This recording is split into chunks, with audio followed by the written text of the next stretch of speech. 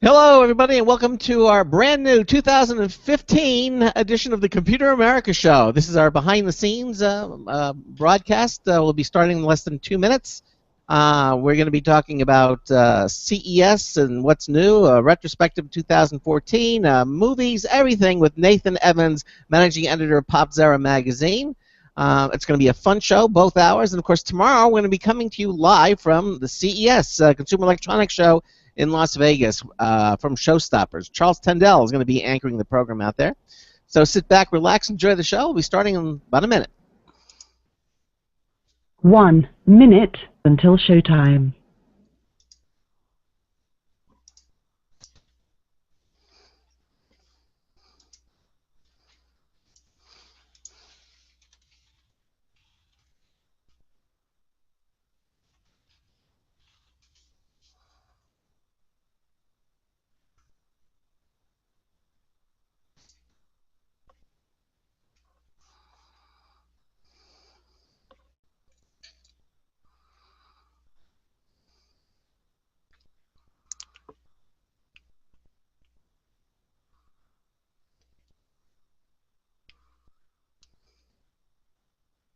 Thirty seconds.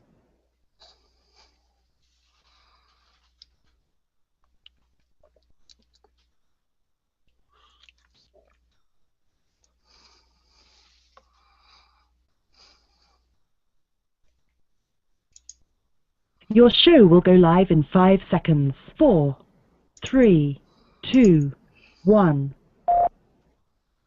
Broadcasting live, it's America's longest-running national radio talk show on computers, Computer America, hosted by national columnist Craig Crossman. Look for Craig's weekly column in your favorite newspaper. This show is being beamed nationwide at ComputerAmerica.com. Keep it here for technology news, computer products, guest interviews, and your phone calls. You're listening to Computer America. Hello, and welcome into a brand new 2015 edition of the Computer America Show.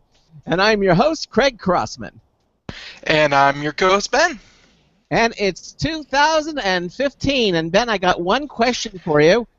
Yes, Craig. What happened to 2014? Oh, man, I thought you were going to surprise me with something, funny. That's crazy. Ah, well.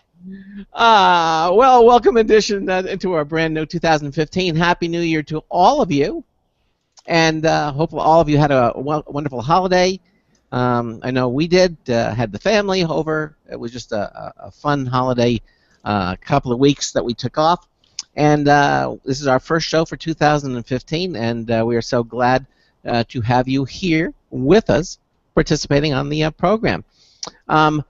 Now, I want to see a show of hands. How many of you got our brand new show reminder that just went out? Hopefully everyone. Yeah, hopefully all of you did. We just upgraded the face of our show reminder for 2015. It is a new service, and it just really looks nice. We have Carissa Green, our associate producer and booking goddess, to thank for that. She did a really nice job on it, and I understand we had a couple of spelling mistakes, which are mostly my fault, so we'll make sure that goes more smoothly. But it is out, and here's the thing. If you subscribe to our show reminder, we've imported all the names that we could. However, if you don't get it, if you did not get it this past Monday, then I suggest that you go back to ComputerAmerica.com and go to the home page there and select the weekly newsletter. And re-enter your email address, your first name and last name, and resubscribe to it, because then it might have gotten lost. We did the best that we could, but as you know, when it comes to things like that, some names might have fallen through the cracks. And if your name was one of them, we certainly apologize. We didn't mean to do it. We exported as many of the names that we could, but if you did not get the show reminder this morning at 9 a.m. Eastern Time, that's when it went out, you did not get it, then please go back and resubscribe to the email, the show reminder, so you can be assured of getting that publication every Monday morning at 9 a.m. Eastern Time. That's when it goes out. But for most of you, hopefully you'll enjoy it. We've gotten it. We sort of refreshed it was getting kind of tired. It looked a little too old, and so it looks more modern. There are actually pictures in it this time. Yeah, there are pictures in it, and it's just a really nice. Moving into the 21st century, it's crazy. Yeah. How fast Computer America shifts. Yes, and we've done some new things too. We've also Ben has a new microphone, which we're very pleased. It's a blue microphone, and he sounds very good using it. Are you using it now, or sounds like you went back to the You're headset? not. No. No. Okay. Well, we're gonna have to play with that, and then we'll. Well, you said it was tinny. You said it was fine, and then you said it was tinny. Actually never said tinny. It was booming. It was too boomy. There are different settings that we have to play. Boomy. Yeah, booming. We have to figure out what it is, and we'll play. So because, ladies and gentlemen, when you're setting up your microphones at home, you know that setting, the boomy setting. Yes. Is the crazy to figure out. Want to stay away from the boomy setting. The boomy setting. It's there are several settings that always there's cardioid or unidirectional. There's omnidirectional. They should stay. You're saying all this, and yet this is not what that microphone is. This is supposed to be plug and play, very simple, 2 buttons, you're done. Well, yeah, but they give you different settings. There are different characteristics of the microphone itself, and so we'll have to play around with that and find out which one sounds the best. We can do that, and hopefully by tomorrow we'll have it all working properly. However, we are here, and let's before we get started, what we're going to do. We'll leave the phone lines open. If you want to call about anything we're talking about today, we just want to we'll take your calls. It's 347-884-8881. That'll get you on and get you through. 347-884-8881. Email is live LIVE at computeramerica.com. If you want to join us in a live interactive chat room, just go to our Computer America homepage, and you can just select the chat and live video button. Just follow the instructions. It's real simple. And of course, you can also watch us on our live Computer America video streaming page. It's all there. It's just follow the instructions. Really simple to do, and interact with us. We'd love to see you, with us. Of course, if you're listening to us time shifted, then you can't call in. But if you are joining us live, we'd certainly like to see you. And all the different ways you can interact with Computer America at our homepage at computeramerica.com. So let's bring on our guest for tonight. He is one of our favorite correspondents, been with us for some time now. He is the managing editor of Popzara magazine. And if you don't know what Popzara is, you should visit their website at popzara.com. I guess the best way to describe it is it's a bizarre popular culture, spanning the worlds of arts and entertainment and, technology, movies, cultural events, and even politics, gaming, all their opinion pieces there. Check it out at popzara.com. Nathan Evans manages Popzara, and he's here with us tonight. Nathan, welcome into Computer America. How are you?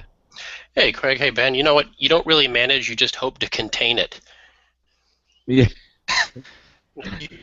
Your publication? Well, like I said, the one thing you left off on that weighty, pithy, awesome list was the fact that we also have a green dinosaur mascot. And to me, that's the selling point, because you come for the entertainment, but you stay for the dinosaur. And I feel like that's my job. Yeah. Okay. It's just to drive people to that spider web of a green dinosaur logo you got. Okay, I see. I get it.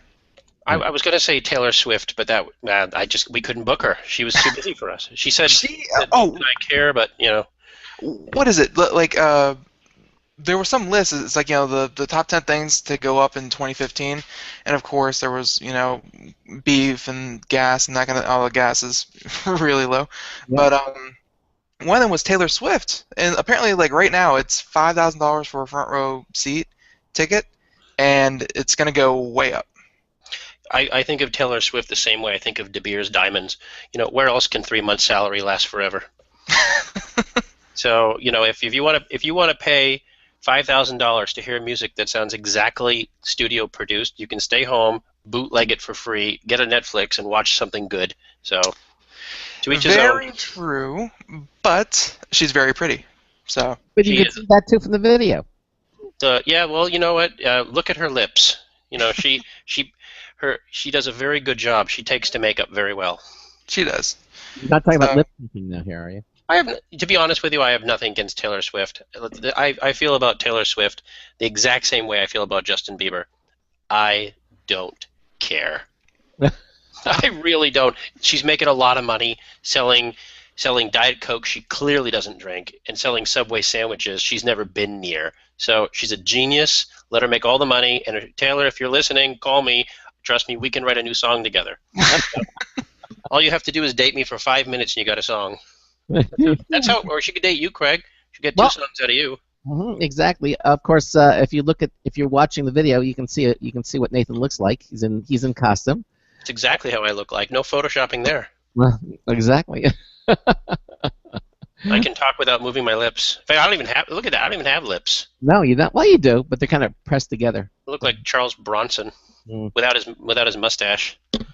Hey, we also have two brand new news tips bulletin reviews from Marley Winston on tonight's show. You'll hear them at the bottom of the hour. We have two new ones. We like to have two new ones every single week. Marty is actually out at the Consumer Electronics Show. I don't even know that, Ben. But he's actually out there. And maybe he'll stop by and we can say hello to him at our booth. If you're out at the Consumer Electronics Show, stop by. We have a booth. It's got the Computer America logo. You can see all of us and stop by and say hello. Certainly like to meet you at CES. Every year, we make an effort to be out there and cover what's going on. Unfortunately, we'll only get to cover the first day. CES actually goes out to Thursday, but we're there usually on the first night of the show, which is a Tuesday, and do the show. Now, I understand that one of our longtime correspondents, Grayson Hamilton, who now is associated with Popzara magazine, is he contributing editor? What is it?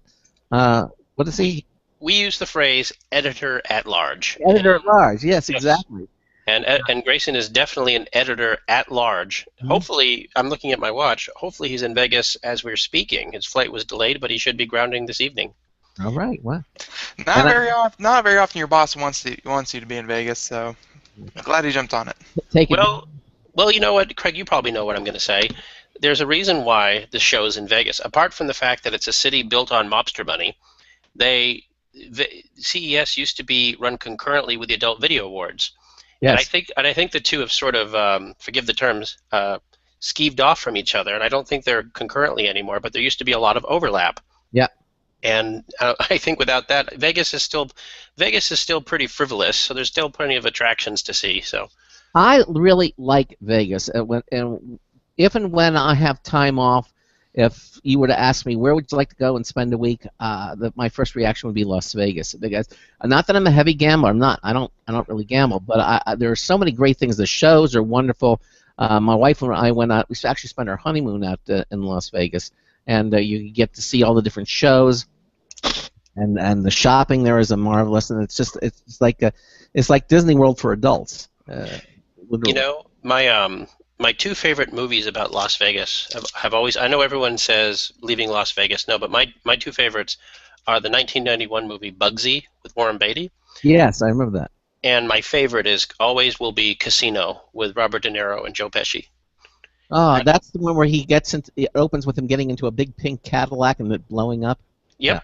Yeah, I think he survives the explosion, but you don't know that until the very end. If anybody's listening, I didn't say anything.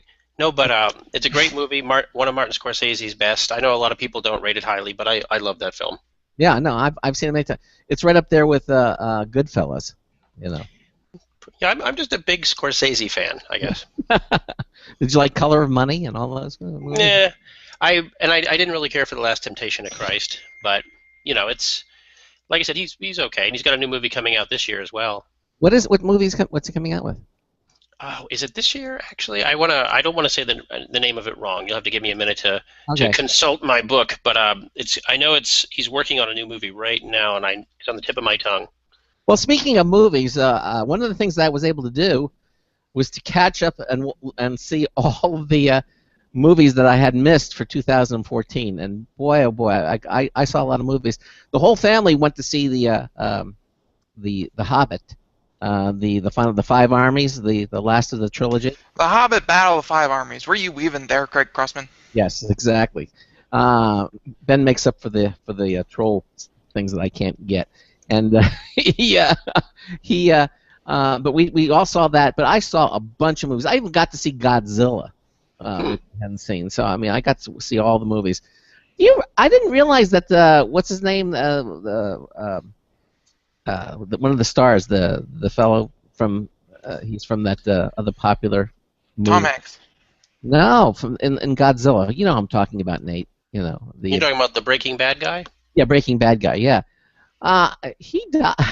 I guess it's a spoiler. He only has a small part in that thing, you know. That depends on how you interpret the film. I don't know. Ben, have you seen Godzilla? No, not at all. Okay. But please ruin it for me and Well- everyone else. Let me. Here's some spoilers. A giant monster steps on buildings. Oh no! But no, I mean, I seem to have liked this film more than most, and I think like it. Yeah. and for my own personal reasons. But it's very Japanese, and like I was telling you months ago, it's very Japanese. It's very what they call animistic, and you'll notice there was a lot of hints to this. And a prevalent theory is, and I'm probably looking into this, but remember, Japanese. In Japan, they think a lot about reincarnation. They talk about how people come back as animals and protectors. And if you listen to the stereotypical Japanese scientist, aka the great Oscar-nominated Ken Watanabe, who's the only one in the film who pronounced Gojira's name right. You know, everyone else says Godzilla, but he's clearly saying Gojira. Godzilla. Yeah. Yeah, we don't call it Solny. We call it Sony because that's how it's pronounced. But no, he says he believes that the Earth has a balance and that Godzilla comes to protect the Earth from these creatures that were awakened by a nuclear thing. Yeah. Here's the thing. I was talking to a friend a while ago. We had this weird theory, is that Godzilla shows up right when Bryan Cranston dies. Yeah. The idea was that if you notice, Godzilla may actually be the Bryan Cranston character's reincarnated soul. Because they have that touching moment at the end, and he protects his son, you know, and then when his job is done, he just goes away. Yeah. Yeah. I mean, to me, it really was a solidification of the theme of the movie. I mean, it really brought it because I really didn't catch that from watching the Japanese versions of the movie. So, and of course, the last one, which was with Matthew Broderick. Yeah. Didn't touch on that at all. Because it was crap. Okay. It was a garbage movie. But no, the American. Now, did you see? You said you saw the American one. It's clear. Did you see the American version, or have you seen the Japanese version that was eventually restored in America? No, I saw the American version. Okay, remember that was the one that was all spliced and diced, and they had spliced the actor Raymond Burr into it. Oh no! I'm not, you're going way back. I'm talking about the current Godzilla movie, not with. Oh, okay. Yeah, but they just but they in the 2014 Godzilla. No, I mean I'm probably looking too far into it, but clearly there is a Japanese mystique about it, and it could be reinterpreted. I mean it's a movie about a monster stepping on a building and blowing up other monsters, and I liked it, and I'm very happy to see that the director, by the way, the director of Godzilla, will now be directing one of the upcoming Star Wars spin-offs. Wow. Okay. All right. Yep. It's a beautiful film. If nothing else, it's very beautiful. No, I enjoyed it, and there's a bunch of movies that I've seen. I saw Earth to Echo. I've seen the Transformers one, the latest Transformer movie. I saw a whole bunch of movies over the 2-week holiday, and we'll talk about that. But one of the things I really want to kind of get into, because we are technically we're a technology show, and so can you say that 3 times fast? We're technically a technology show, and we have a lot of things to talk about, and of course the CES 2015, which really starts tomorrow. But there are a couple of things that I'd like to sort of get rolling with here, and one of them is YouTube is supposedly supporting 360-degree video uploads. What is that?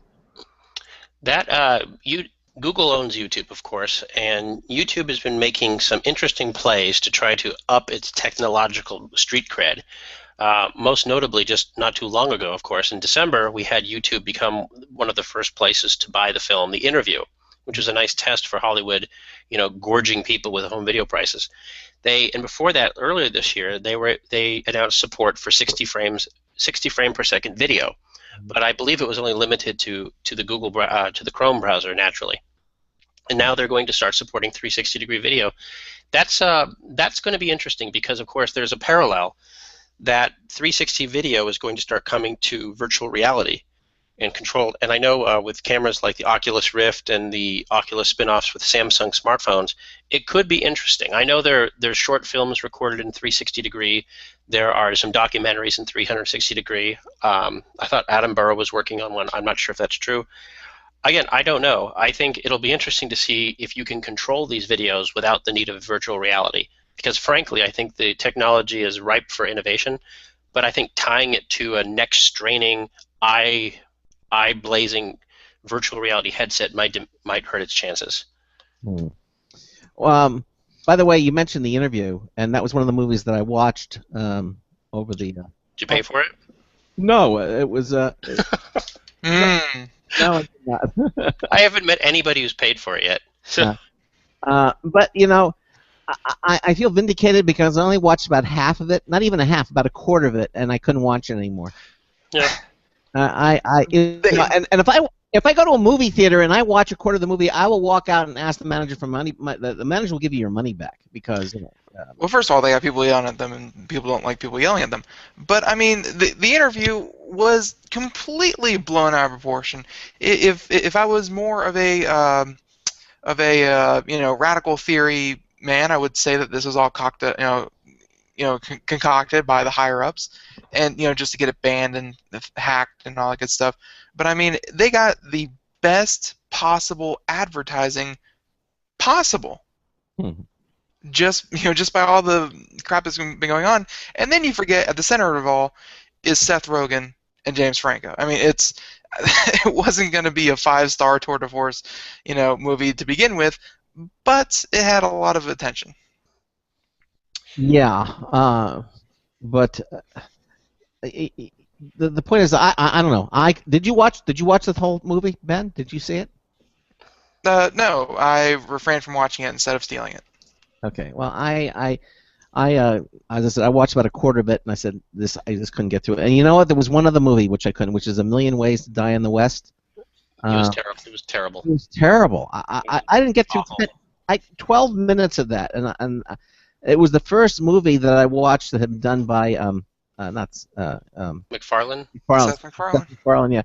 That I mean, it was so contrived. It was just so. It wasn't funny. It wasn't funny. It was joyless. It was absolutely not funny. It was not. I guess this was the first thing that Seth MacFarlane has done that was a flop. I think it was his first flop. Well, I think most people would consider the first 3 times Family Guy was canceled a flop. Yeah. They brought it back. No, he also had a recent flop with the Cleveland Show that was a giant bomb. And then I think American Dad was removed from Fox Television. I think there's a big rumor, Craig, that one of the conditions to bring Family Guy back was over $100 million paycheck to MacFarlane, and the guarantee that his next 2 shows would not be canceled for a certain period of time. And right on cue, was it last year, Ben? Do you know, or was it the year before?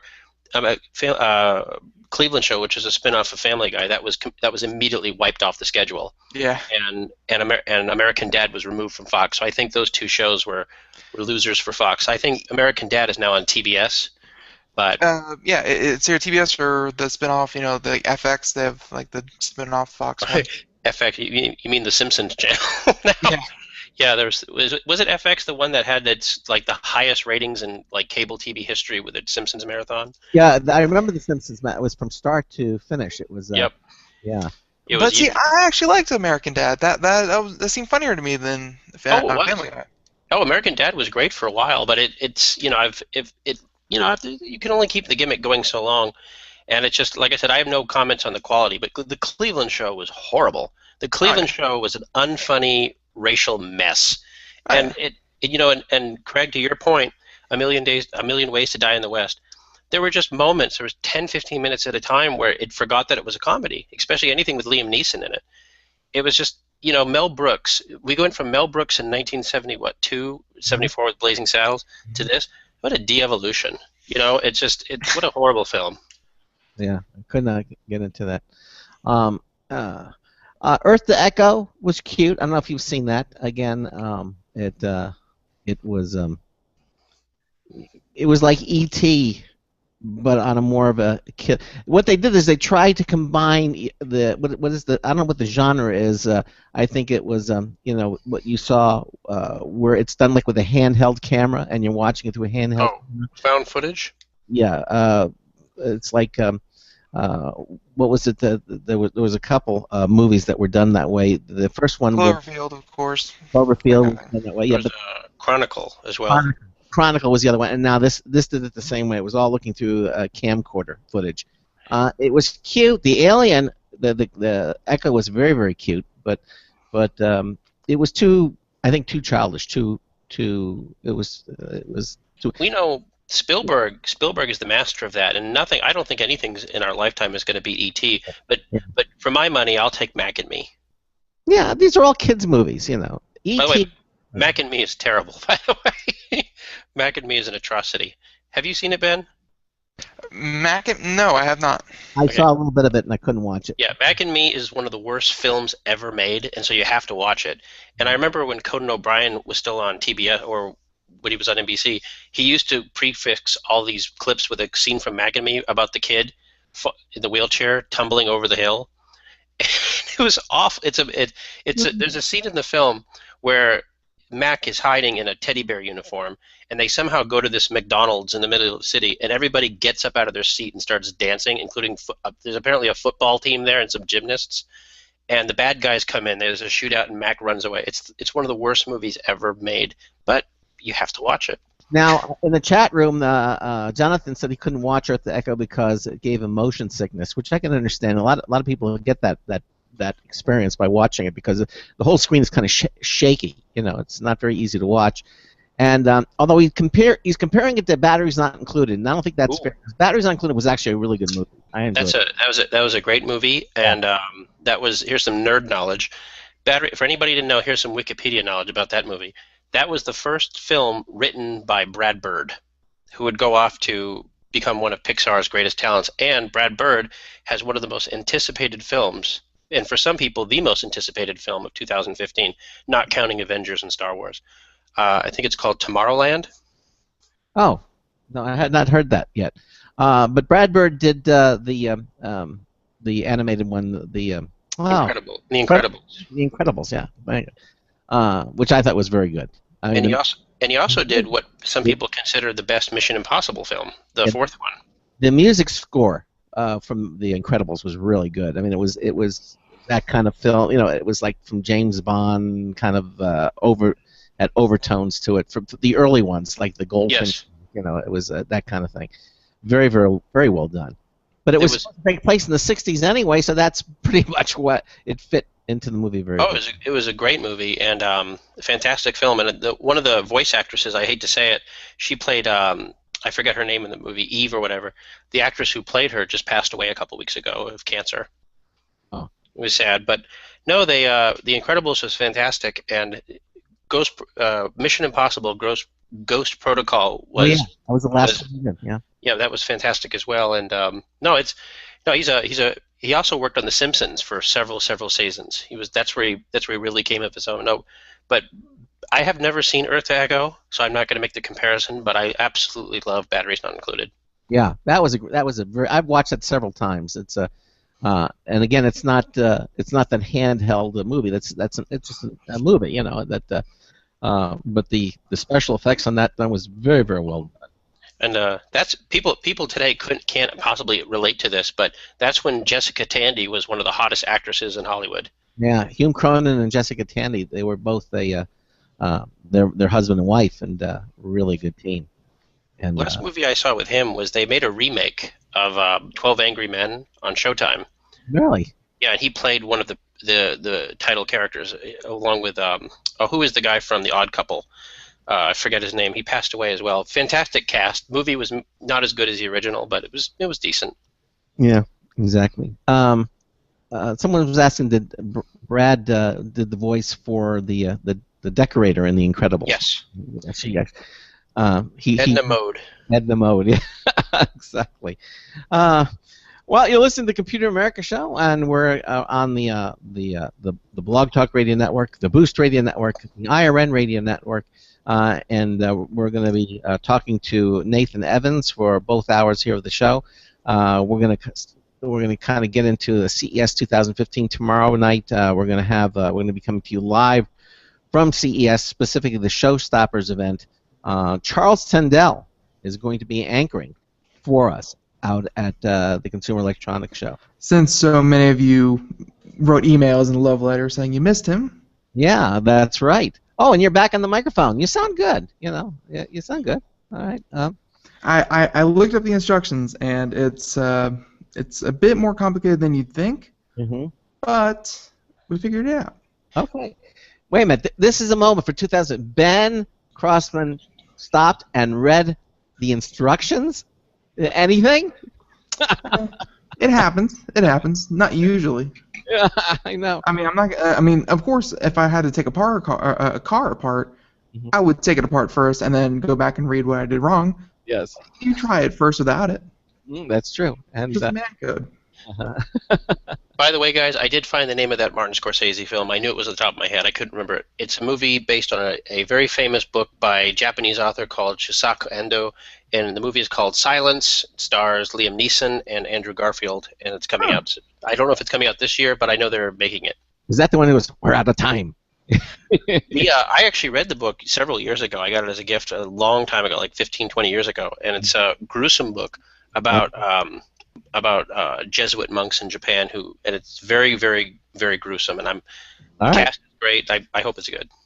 All right, you're listening to the Computer America Show on the Blog Talk Radio Network, the Boost Radio Network, and the IRN Radio Network. We're talking to Nathan Evans, managing editor of Popzara magazine. We've got a news tips bulletin review coming up. Stay with us. We'll be right back.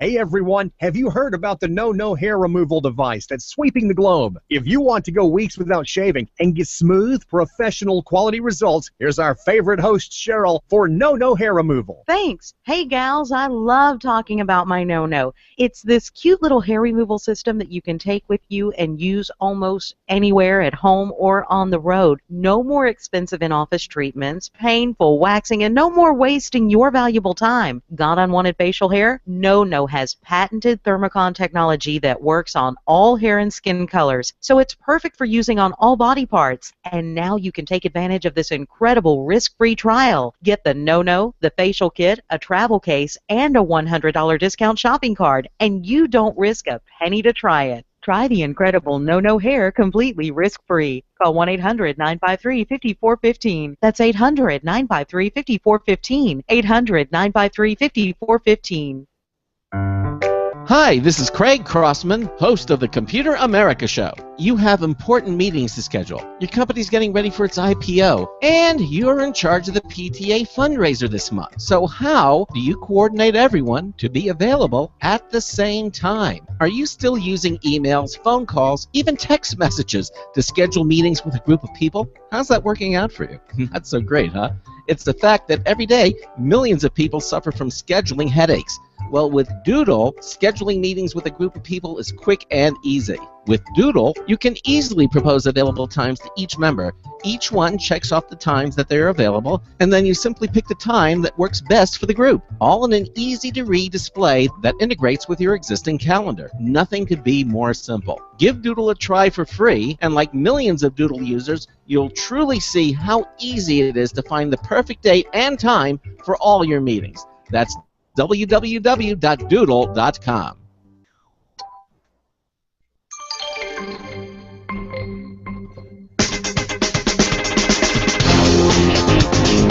What do you know? You made it. This is Marty Winston with a news tips bulletin review for Computer America. This time, the iCoffee Opus Brewer. Remington Designs sent their iCoffee Opus single-serve brewer, and we're impressed. Its water reservoir holds 75 ounces, so we get more cups per fill, except that we can fill cups more with 17 choices in half-ounce increments from 4 to 12 ounces. Our current brewer only offers 5 size choices. Its drip tray is held by a magnet, and when you slide it out, you can fill a tall travel tumbler. The coffee chamber can hold any K-cup, including the new interactive ones, and it comes with an adapter for making non-K-cup brews. The coolest tech in this is that steam and hot water feed into the K-cup chamber through a spinning needle injector, so every part of the content of the K-cup contributes. A 12-ounce cup of our favorite dark coffee didn't exhibit a whisper of being watered down. Heating becomes a standby function after 2 hours or on demand, saving energy.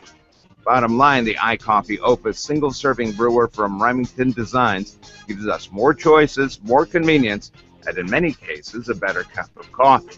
This is Marty Winston with a News Tips Bulletin Review for Computer America.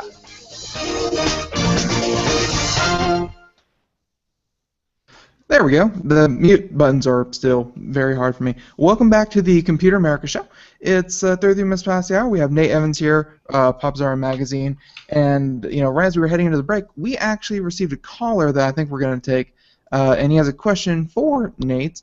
Okay. And although it might be an editor kind of thing, but I thought we have him on so we can ask a question. And since it's a little bit off topic, but technology is technology, so. All right. So the caller's name is Uhura. Computer America, Craig Crossman. Hi, welcome to the Computer America Show. Thank you very much. Happy New Year to your crew and everyone. I would like to ask your editor of this new magazine, the PC magazine, that is he ever mentioned Linux in his PC magazine yet? If not, why not?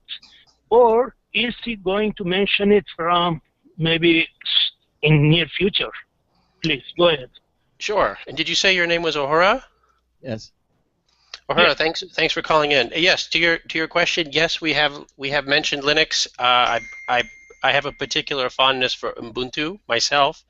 I do not use it because I like off-the-shelf software. But the real question is that when you speak of Linux, you have to think of what Linux has become over the last few years, my friend. Linux has forked off. It has become the kernel that became the Mac operating system. It has become the groundwork that went into Android operating system. So when you think of Linux, you always have to take it with a grain of salt and say, and you have to believe, and you know it in your heart, Linux will never be the dominant operating system in its pure form. It's great in servers. It's great for people who like to hack and don't want to pay for bootlegs, and it's a great fork for people who want to make homebrew systems. But generally speaking, for those who talk about Linux at any length and with any specificity, you're really appealing to a niche demographic, and it can be difficult to talk because there's so many different versions. And I don't know if you get the reference, but it's sort of like that scene in Monty Python and The Life of Brian, where everyone starts arguing about, oh, my version of Linux is great. Well, my version is great. Well, my Debian's great. My Ubuntu's great. My fork is great. My FiOS is great. I'll let you guys figure it out. I like Linux. I love Ubuntu, but the coverage is sparse because it's not in the mainstream. No problem, yeah. Ubuntu is the best because, as you mentioned, I have tried all other form of it as you have done too, but Ubuntu is really, so far I have really, but you said that people use it for hacker. I mean, why you put my friend negative thing on it? I mean, with any other things, with iPad, with other things, you can hack too. But I personally never thought of anything like that can happen with Linux. But of course, you have bad people everywhere. Any system you can take and really hack anybody you like, globally, internally, your friend, anybody you want. You're right. But anyway, but Linux is basically the way to go, my friend. Now, let me just mention to you, Ahura, that on the second Thursday of every month now, we have our monthly Linux show, and we have a brand new Linux correspondent, Marcel Gagne. I don't know if you're familiar with him, but he's one of the leading Linux authorities. And we have him on the show now as our new Linux correspondent, and he'll be joining us on the 15th of this month, so you definitely want to tune in that show. Don't miss that, okay? Okay, I will. Thank you for taking my call, and shalom. All right, shalom to you too. Bye-bye. Thank you. All right. Okay, there you go. See, we take the calls 347-884-8881. I'll get you through. Nathan Evans, managing editor of Popzara magazine, is here with us. And by Now the way, that guy was interesting, Craig. I'm totally confused about his nationality, his origin, and his religion from just that conversation. I don't know what presents to buy. well, A little bit of everything. So just hedge your bets, do everything. No, he's an interesting question. I do like Linux, but I've always maintained that Linux is for two types of people. It's for people who truly like to get work done, and for people who want all the fun of Windows but don't like Windows, but still want Windows but don't want to pay for Windows. Yep. Well, and that's what Ubuntu is. Yeah. Anyway, as I mentioned, we have Marcel Gagne, who's now our new Linux. He actually came on the show last month with Larry Bushy, who was our former Linux expert correspondent for about 7 years, and he came on with him, and it was and then he's not going to be on by himself. And actually, Marcel Gagne was our Linux correspondent before Larry Bushy. He was on for a short time, and then left, and I called him. It's been 7 years. I said, "Hey, would you like to come back?" And he said, "Absolutely." So he's now going to be our Linux expert, and you can see him if you go to our homepage at computeramerica.com, and you just go to our correspondence page.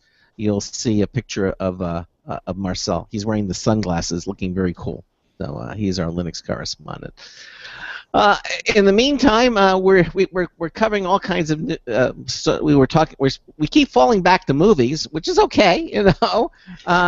But hey, it's the first show back from the long winter break, so yes, and we've caught a lot of movies, and I've been mentioning some of the titles that I saw over the holidays, Go ahead. I do have an update, Craig. Grayson has landed safely at the airport in one piece. So he will be available to talk in one piece, hopefully on Tuesday at Showstoppers. Yeah, just tell him to stop by, and our booth at the Showstoppers, and now as Grayson is scheduled to appear on our show, on our Gamer Tuesday show, which is the second Tuesday of the month. That's the 13th of January. Grayson will be here as well, talking about computer games, and that's it.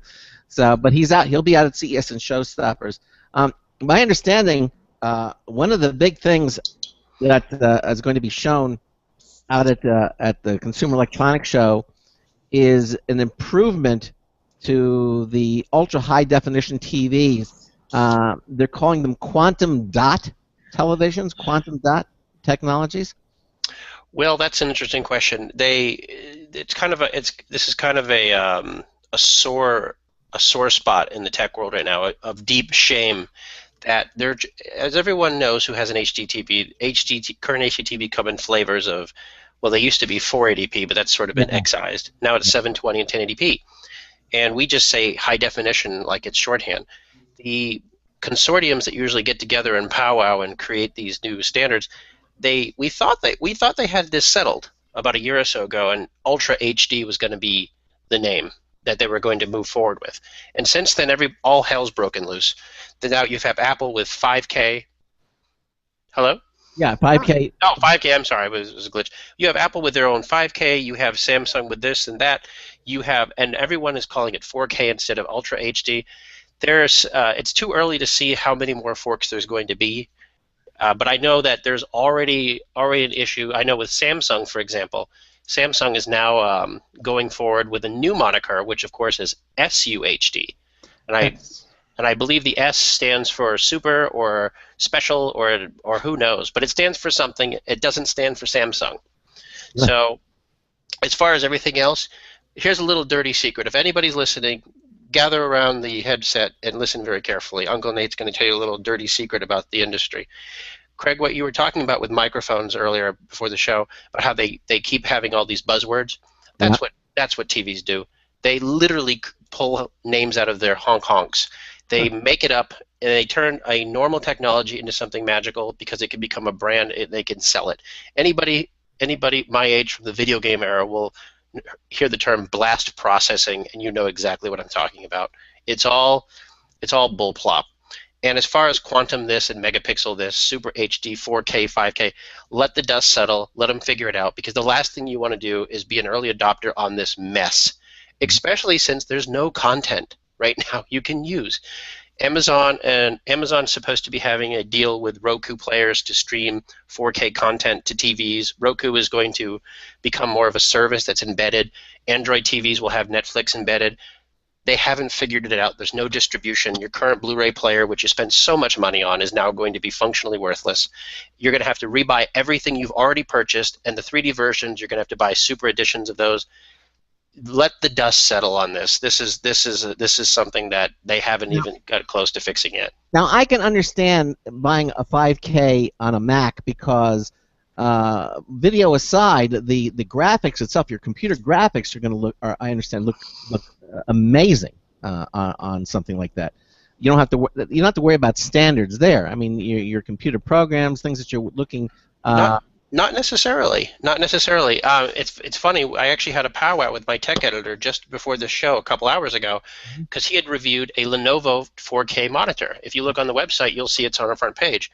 And one of our other editors, who's going to be joining hopefully Charles tomorrow at Showstoppers as well, Josh Boykin, we were looking at a 4K monitor on display of a fairly powerful 2012-2013 era PC, very nice video card, and Josh said, let's look at it in 4K, and we did, and the resolution was so obscure, the font was almost unreadable despite being clear, and there was massive screen tearing, and this is because 4K is not officially supported in any working capacity on most computers. Yeah, you can have 4K, but you're going to pay for it, and everything becomes commensurate, especially on Windows machines. Macs used to have this problem when Apple upgraded the MacBook Pros and this and that to their Retina displays, which is again their own buzzword. And what happened was they had scaling problems where fonts become unreadable. The new toilet bowl looking Mac, the Mac Pro, the one that looks like a trash can, that thing, I witnessed that thing on a 4K display, and you can't use it. You can't use it at its high resolution because you can't type on it. Everything becomes so small. I suppose there's a use for these things, but like what you were saying, Craig, is that in order to get the most out of it, you see, it's quadruple the resolution of 1080p. And what happens is that when you quadruple the resolution of something, that you have to output 4 times the amount. Therefore, your processor speed, it needs to handle 4 times the amount of information. That's why you look at the current generation of video games, and this whole technological race has always been decided by video game consoles. Another little secret: the video game consoles set the trend, and right now even the semi-powerful consoles like the PlayStation 4 and Xbox One, even they struggle with 1080p. In fact, it's a widely known secret that the Xbox One is actually less powerful than the PlayStation 4, and therefore games need to be downscaled to even fit on the console. Therefore, the PlayStation games don't run at optimum because of this. You can have the resolution, but resolution is very different than what's the word I'm looking for? Than performance. So if you have a computer that can output, pretty much the only thing that 4K will be useful for the foreseeable future is still photography, applications on a computer, and possibly some videos. But you're looking at turning a 300 meg movie file into a 40 to 50 gig movie file. That's absurd. And for people who have bandwidth limits, good luck with that. And again, they're talking about distributing, movies on ultra Blu-ray, higher capacity. But again, that's going to necessitate buying new hardware, buying new television, which is going to cost upwards of $2,000 to $3,000. A new movie player, again, which is going to cost a lot, and them having no content. They're selling this to a community that just spent 10 years buying 720p TVs, and they can't tell the difference between that and a tube TV. So yeah, I would say if you got a lot of money and you won the lottery and you make bad decisions, then early adopt so you can watch Rambo in Ultra HD. If you really need to see Sylvester Stallone's pores, and that's the other thing, most content was not filmed at ultra resolution speeds, ultra resolution dynamics and visual acuity. Now, that means, Now I bet you The Hobbit was, because I understand they had the high frame rate and they had the. Yes. So those the later movies that will take advantage of it. But how many times have you watched The Hobbit? You know. Less than one. No, I think The Hobbit was the equivalent to a beached whale. It is a big pile of blubber that was too big and made bad decisions about how to travel. And I think when you keep in mind that anybody listening, I'm not a pessimist. I love Tolkien, but the fact of the matter is that each one of the Lord of the Rings books, each one got one movie. The Hobbit book, which is less than a third the size of any of the Lord of the Rings books, got 3 bloated films. And you know, as a fan of The Hobbit, more so than Lord of the Rings, I went into the Hobbit films and I watched them, and I for the most part I didn't recognize what I was seeing. It's just a gigantic, blubbery mass. Yeah. It's funny that because Peter Jackson's a very good director, but the skinnier he got, the worse, the more bloated his movies went. I think he made some sort of deal with some demon that all the bloat from his body would go to his films, and all the film bloat would go to his. Yeah, it's get fat again, Peter. Make good movies. Wow. Said the same thing about Seth Rogen. Well, you know, going back to that, I know I wanted to talk to you guys about that because you mentioned the interview, and you mentioned something interesting. You kind of hinted that you were a little conspiratorial about the way this thing was launched. Yeah. I would put cold hard cash. You're right. I would Really? bet my reputation that this whole thing is fraudulent. This whole thing stinks of yesterday's diapers. Not to quote Who Framed Roger Rabbit, but no, it's funny. If anybody, I'm not a conspiracy theorist, but the fact is that the United States was so quick to pin this on North Korea, a country that's in the Stone Age of internet time. These people are barely on dial-up. They have 3,000 IPs for the whole country. Mm-hmm. You know, they block out their electricity at night. The fact that this backwards country that splices Call of Duty footage into propaganda films could commit the biggest hack in Sony's history. Granted, Sony Computer, they've been hacked over 60 times. They're very incompetent. I'll give it that. But then the U.S. government was so quick to dismiss and call this a North Korean hack after all the evidence pointed to the other direction. And then almost just as quickly, they had this pre-written sanction that they were going to sanction weapons dealers in North Korea because of the hack. It just seems a confluence of convenience for the sake of blaming North Korea. And I think it was the Beijing Times who had this article a couple of weeks ago. They said, isn't it interesting that for years when China remained an obscure entity and before it became an economic powerhouse, Hollywood would always blame China on things. But then when China became necessary, the U.S., especially the film industry, would grovel and pander. You said you saw Transformers: Age of Extinction. That movie was almost entirely financed by China, and therefore it took place in China, had Chinese stars, had characters drinking Chinese milk. But now North Korea is the bad guy because they don't punch back. And I think, I'm not trying to play jingoist here or whatever, but it requires a willing suspension of disbelief. On the scale of, have anybody ever seen the film Canadian Bacon with Michael Moore? Where we you know, it's almost a wag the dog where we create this enemy to up poll numbers. The fact that do I believe that North Korea hacked Sony? Not really. Do I believe that Sony took advantage of the situation? Absolutely. But at the end of the day, it's a Seth Rogen, James Franco stoner comedy. We don't need to elevate it to a Charlie Chaplin film. We don't need to elevate it to anything fancier than that. And if we're going to go to North Korea, and we're going to go to war with North Korea, please, God, do not let it be over this stupid movie. Because I can't imagine explaining history class. Yeah, class, we went over to war over Cheech and Chong. No, thank you. Pretty much. I don't want it to be true. Every part of me does not want it to be true. Not over this film. Not this film. If we're going to go to war, make it a better film.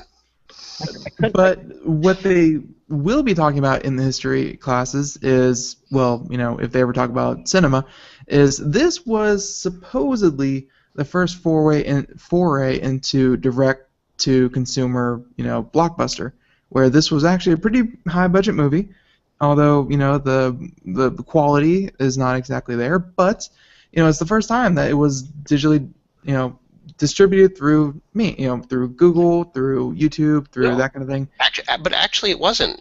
There are dozens of films that come out every single year that hit video on demand before theaters. You know, this happens quite a bit. That's the big deal about this, is that they made it into some big thing. You know, it's a $45 million budget movie, and it made $15 million online. I think it made another $5-6 million in the theaters. You know, it's definitely a test bed that they can release theatrically meant films online, but you also have to remember that Google Play and YouTube, they take cuts. iTunes takes they all take 1/3 cut. So distribution compared to what a theatrical distribution would be versus satellite versus video on demand, it's going to be interesting to see how this film works out. I said this last time I was on the show, and I'll say it again. I think Sony sacrificed these films as an experiment. As a company, Sony has been run incompetently for at least 10, 15 years. More so in the last 10 years. They've gotten rid of several CEOs. It's a Japanese company. That's another thing. It's a Japanese company. It's not an American company. Yep. So when I hear the president talk about an attack on an American company, look, I've given up faith in Obama. I don't even think he reads anything he signs. But anyway, this is an attack on a Japanese company. They created the allure of racism by saying the Japanese are clearly racist against the Koreans. No one questions this. The journalism in this country is a farce. No one questions anything. There's no research into the history of how this works. There's no research into how this could possibly happen. Everyone goes along with it because this is the history of journalism, that it becomes corrupt with government influence. Happened in the 30s, happened in the 40s, happened in the 60s, tried to happen in the 80s, but I'm sorry, Nancy Reagan, people just didn't say no. And it might be happening right now because, again, there's such an allure of this particular administration with Hollywood that's frankly sickening. But in reality is that when people look at this and they look at it as a digital distribution model, yeah, I think I can see your point, Ben, where they say, well, we can skip theaters and we could just go this because it's not worth the distribution funds of trying to sell this to middle America. Yeah. What better movie than a stoner comedy? Probably, I think any other movie that would have, possibly opened bigger. Like, you're not going to do this with Jurassic Park, Jurassic World. Jurassic World's going to be a big movie, a big blockbuster. It's going to drive people to theaters. They're going to hold on to those kind of movies, to the day theaters go under. But for these stoner comedies, for movies that are, scoring 30% on Rotten Tomatoes or what have you, I could definitely see them, being more open to, throwing them to the public first. Would you have called Bill and Ted's Excellent Adventure a stoner movie? Oh yeah. Not really, because they never were using drugs in the movie. One of my favorite movie reviews of all time is from the great Roger Ebert, and he reviewed Bill and Ted's Bogus Journey, which was the second one. Right. Now I will go on record. I love those movies. And I remember reading Roger Ebert's review, and he actually said, you know what? I thought I skipped the first one because I thought it looked stupid. But after seeing Bill and Ted's Bogus Journey, I regret that decision. That is one of the best 1-2 punches of any movie sequels I've ever seen. They're fantastic, creative. I'll tell you what, I think the people making those films were on drugs because you had to be. But they're so creative. A stoner comedy is more pandering to the lowest common denominator. And that's what Seth Rogen films do. No one goes in there expecting high art satire above anything other than yes. And for the record, I've seen the film. There are lots of scenes that justify this. I laughed at it. Don't get me wrong. I find their stuff amusing. Would I recommend it? No. Would I buy it? No. Would I ever see it again? Oh, hell no. But I saw it once, and now I can comment and say, yeah, I chuckled. But if I was inebriated or I was high, I'd probably laugh a lot more. And I don't do those things. So it is what it is. But if anybody... It's hard to classify these movies. I mean, what sets them apart? I mean, if you talk, was it Dumb and Dumber 2, or the when Harry Met Lloyd? I mean, go on Netflix and go on comedy and search genres and search late night comedies. Half the movies there are stoned zombies, stoned documentaries, stoned high school, stoned college, stoned adults, and they're all clear about it. They're all completely clear about it. And but when it comes to films like Dumb and Dumber or Dumb and Dumber or Bill and Ted's, there's a mechanism working in those films that's absent from the true stoner comedy. I'm not trying to put one over the other, but for my money, I'll take the clear-headed thinking of things like Dumb and Dumber and Bill and Ted over The Interview. What about movies like Dogma? A little bit more intellectual into that? If you consider Kevin Smith intellectual, I mean he's a stoner too. He's a stoner too, but he's clearly a step above the Seth Rogen stuff. But you know what though? Sometimes like I like Seth Rogen for the most part. I actually do, but I understand his shtick. And one of his movies, when he made the film Zack and Miri Make a Porno with Kevin Smith, I liked it. I missed it. I saw it on Netflix. I laughed. I thought it was genuinely funny. I thought it was one of the best things Kevin Smith has ever done. But I'm in the minority because I don't do drugs. Well, at least legal ones or illegal ones. I do caffeine, but there's not enough caffeine in the world that could make the interview any funnier than it was, or it's just not high satire.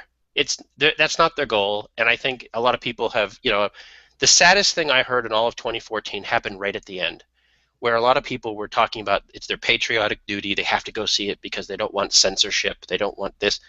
It's not censorship. What if North Korea is telling American theaters not to show a film? That's not censorship. Censorship is desecration of the art during its process. What that is, that's a terrorist threat.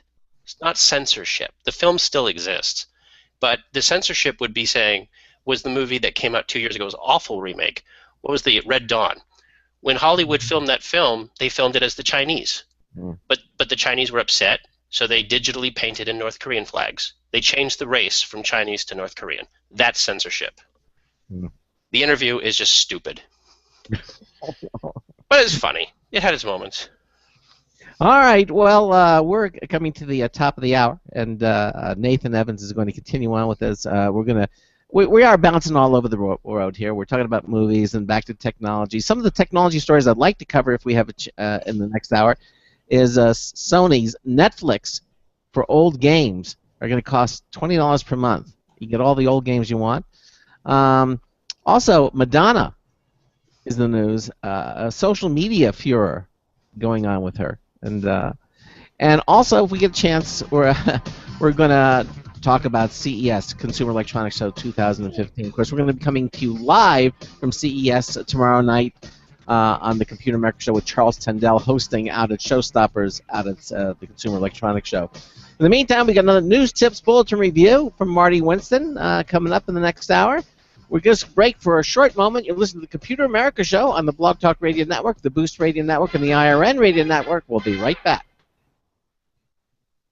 Broadcasting live. It's the only national radio talk show on computers to air every weeknight. Computer America. Hosted by national columnist Craig Crossman. The first hour's behind us, but there's still more of tech news, tech talk, and your phone calls. We're being beamed nationwide at ComputerAmerica.com. You got computer problems? Bring them on. You're listening to Computer America.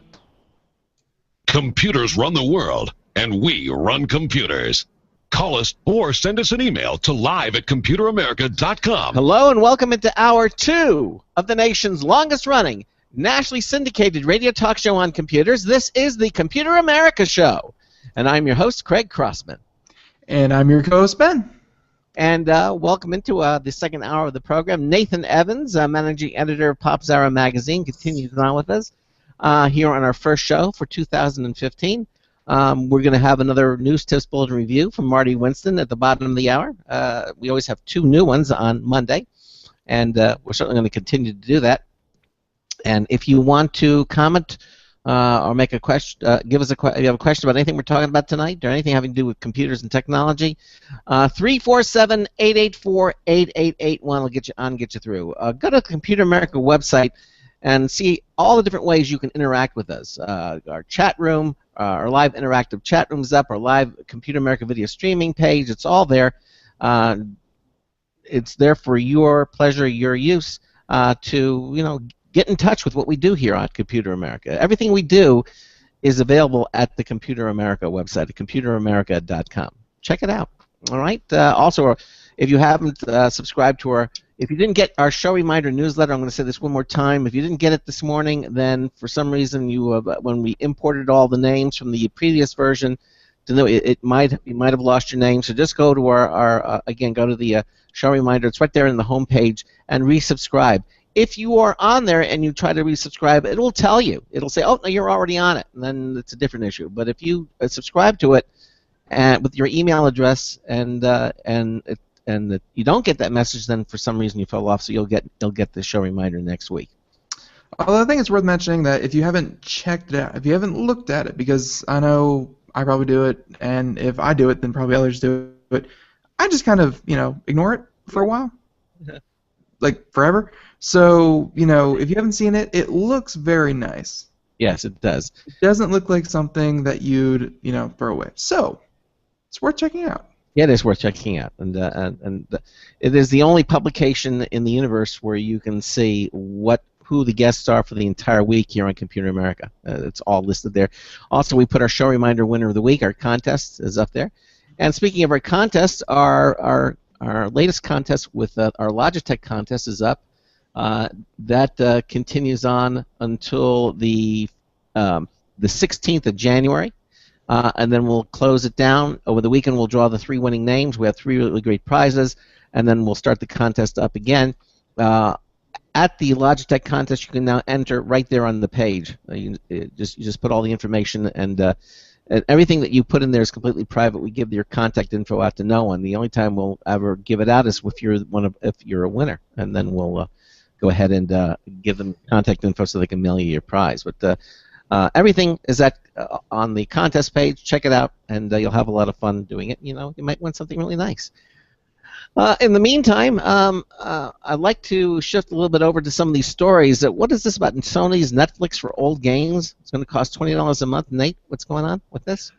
Well, let me ask Ben a question. Ben, I think we talked about PlayStation Now before in the show. Do you remember that? The PlayStation Now? Well, that's the reason I was asking is because when we talk about PlayStation Now, Sony would like you to forget that it ever existed because it was a disaster. For those who don't remember, PlayStation Now was an online streaming service that originally was promised to bridge backwards compatibility to the PlayStation 4 hardware. Mm-hmm. And when Sony eventually rolled it out, it had a pricing scheme that was atrocious. There's no other way to say it. It was one of the most insipidly stupid pricing schemes that's ever been foisted by any company. We're talking you would rent games by the hour, $3 to $4 an hour. It was horrible.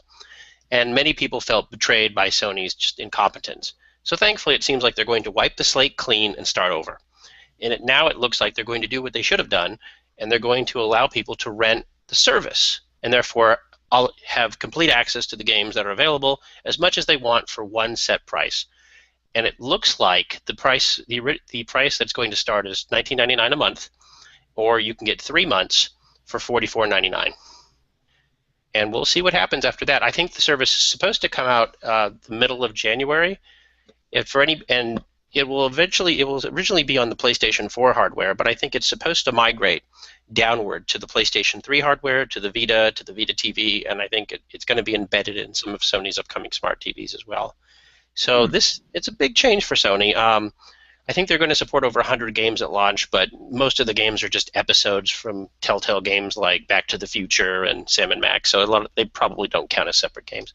But if anybody's interested, I would definitely look at Sony's website about the PlayStation Now service and see if you're interested in paying a monthly price instead of an hourly rate.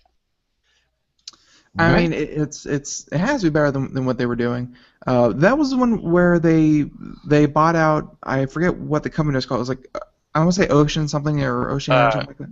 Galakai. Yeah, that's it, Galakai. Wow, I don't know. Okay. Yeah, they bought out Galakai and they were trying to use their technology to stream it out to people. Yes. It's a nice idea. I mean, people love Netflix and people love video games, so combining the two and just being able to use that backlog, because I bet you the money they're making off of their backlog is probably 0 to none. It's so having it accessible.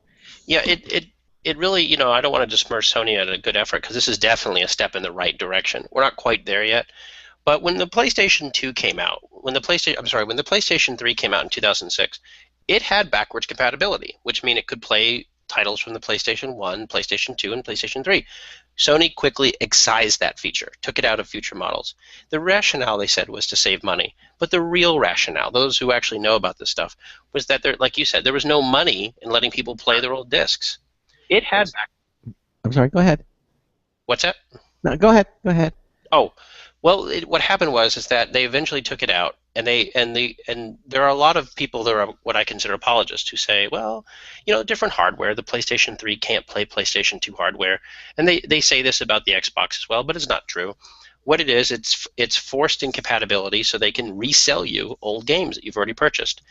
And what's the opinion is that the rationale behind this is that they can that the games that you buy optically, that is, a game you go to the store and buy a disc, they don't want you playing that disc on the next generation of hardware.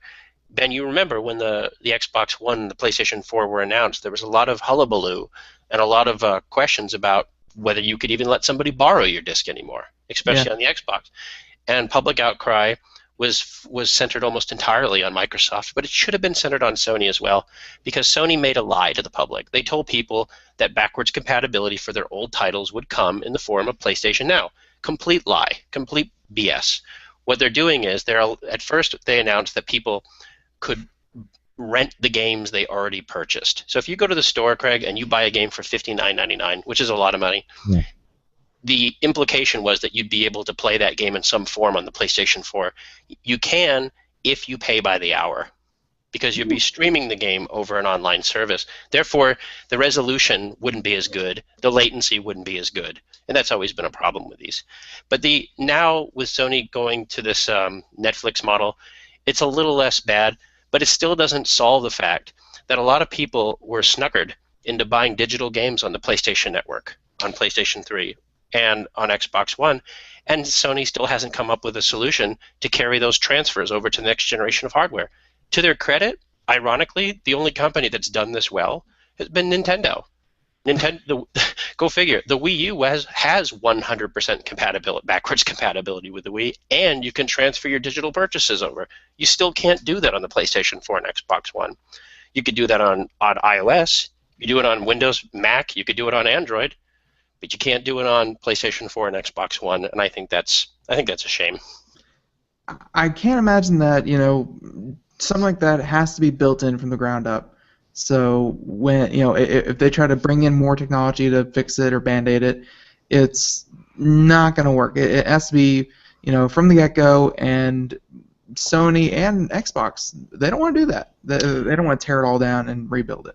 Well, that was never their point. The two biggest games for the PlayStation 4 last holiday shopping Christmas, for the PlayStation 4, mind you, in 2014, were Grand Theft Auto 5 and The Last of Us, which coincidentally happened to be the biggest PlayStation games for 2013 on the PlayStation 3. Yeah. Because they resold them. They resold them at a higher premium, so people can get higher definition and all this. And granted, there are some benefits, but you're still effectively playing for a new transfer of an old game. And that's a problem. That's a problem the PlayStation 4 and the Xbox One are having, is that they're getting a really well-deserved reputation for being upscale machines that just sell you upscaled versions of games you've already purchased. And again, having a service that allows you to play whatever you want, whenever you want, well, I'm all for it, as long as the latency is good. $20 a month, that's on par with about what Blockbuster used to charge a few years ago when they were still a thing, where you can go in and just rent any game you want, bring it back and stuff. So $20 a month is in line with what the pricing should be. It's a hell of a lot better than what they were charging before, which is on par with like Japanese love hotels, charged by the hour. That's a step in the right direction. I'm anxious to test it out. I really am. So we'll see how it goes. Okay. I actually do, to all my friends, relate my video game experience to Japanese love hotels. So that's Here's some trivia for you, by the way. Speaking of video games and love hotels, and by the way, love hotels in Japan, it's not as incestuous as it sounds. It's still dirty and filthy, but not as bad. But no, back in Nintendo is one of the oldest companies in Japan. And prior to being a video game giant, one of the things they invested heavily in after the war were two things. They invested heavily in what they call Hanafuda cards, which are playing cards. And in Japan at the time, almost exclusively, they were Disney-related. And they invested in love hotels. So the company that brought you Super Mario got there by building on Walt Disney and love hotels. Did you see the movie The Wolverine? Did you see The Wolverine? Yes. Okay, so that was my introduction to a Japanese love hotel. Remember They're very clean. They're very clean. Well, they had different themes. They had The Martian. They had the different themes that they would do, and I guess when I first saw it, I said, "Oh, this can't be real," but evidently it is. They have these things there. Look, to my Japanese friends out there, I used to be semi-literate in Japan. I lost all my language, but ganbatte. But the fact is that Japan is a crazy country when it comes to sexual mores. Can you say those? Did you say that on the radio? I don't know. Okay, I'm sorry. But it just means go for it. It's like go for good job. Just like you say kampai. Uh-huh. Good chicken. Yeah. Kampai chicken. Yeah, I love that. Kampai chicken. Like just say woman nihongo ga desu ka. So, but no. Japanese love hotels, I would imagine that a Japanese love hotel isn't that dissimilar to going like the Magic Kingdom in Disneyland. Like they have to have a lot in common. Yeah. So, but no, but again, it's good to know your history, and Nintendo factors in there in very strange, very weird ways. Well, they couldn't have been doing computer games for 100 years, so. No, it's if you ever have there's a very good book I recommend everybody read. It's a fantastic book. It's called Game Over. And read the original version before it got revised, and there's some PlayStation stuff stuck in there. But it was published in the 90s, and it is the most informative book about the video game industry ever written. It is authoritative, it is fantastic, and a lot of it is behind the scenes of Japanese culture in the 80s. And Ben, I don't know if you know this or not, Greg, I know you do, but there was a time when Japan was considered a successor to the American economy, and a lot of people feared. And if you watch a lot of movies from the early 90s, late 80s, you'll see this. Everything is Japan, Japan, Japan, Japan. And sometimes they're good, sometimes they're bad. Hell, Die Hard was all about this as well. But no, and Nintendo was one of the biggest Japanese companies, and to see such an insight into behind the scenes was amazing. And Yamauchi was the CEO of Japan at the time, and he was a hard ass guy, and there was rumors that he was related to certain Yakuza factions. Don't forget, anybody listening, that one of the three pillars of Nintendo, there was Hironobu Yamauchi, there was Shigeru Miyamoto, and there was the third guy, and I can't remember his name. But he's the one who invented the Game Boy. He invented games like Metroid. When he quit Nintendo in the 90s, he was run over in the street 3 times. His body was rattled by multiple cars, and they never found who did it. That's why you don't quit Nintendo. So there's a reason why their mascot is an Italian plumber. Yeah. Gunpei Yokai, that's his name, Gunpei Yokai. No, fascinating history, and I'm not accusing Nintendo of issuing a Yakuza-style hitdown, but if there was a movie, he'd probably be played by Beat Takashi. So, sorry, if anybody knows who Beat Takashi is, look him up. He's fantastic. Okay, so before we get on to CES, should we touch on this Madonna social media story that you? Sure. I always love to touch on Madonna. Okay. Oh, okay. Had to do it. Actually, I don't think I'd be liking to touch on Madonna anymore. Wow. But no, Ben, are you a social media advocate? Do you like Twitter, Facebook, Instagram? I don't use them particularly. I'm not very fluent in them, but I love how it can just ruin people and how people can just blow up on it. I think that's the best part of social media. So yes, I'm an advocate. Okay, short story about this Madonna thing. It's Madonna. She's always controversial. Enough said. So you could just say Madonna goes to Dairy Queen, there's controversy. But no, Madonna had a new album coming out, and I don't know, again, this relates to North Korea because frankly, I don't believe a word of it that it was leaked. But apparently her album was, you can't see me, but air quotes, leaked. And it was an album called Rebel Heart. And she compared it to being raped. She compared it to this and that. Very controversial stuff on Twitter. Hashtag this. So what had happened is she decided to release a couple singles officially, which was really convenient. They were all queued up on iTunes. But anyway, and what happened is there was controversy over this and that, but the tech community actually was pretty accommodating in saying Madonna reacted wisely and this and that, and they gave her some credit for the way she distributed it. Okay, fine. But what happened the last week or so is that Madonna started twittering pictures of Nelson Mandela and Martin Luther King and she used the same, I don't know, licorice or some sort of strap. Like if you look up Madonna Rebel Heart, Ben, you'll see a picture of it. Anybody out there? Be careful when you look up Madonna in Google. Trust me, be very careful. Safe search on. But she put the same sort of ropey rope around Martin Luther King's face and Mandela's. And she compared herself, not compared herself, but she compared them being their own rebel hearts. And this was a very bad time to do this, because what's happening in this country is a racial schism where people are being offended about anything, especially white progressive liberal people who seem to find fault in everything racial, especially if a white person does it. And for them to call Madonna a racist, I have to blink and pretend I'm asleep and I must be dreaming. under no circumstance would I ever lived to see anybody call Madonna a racist.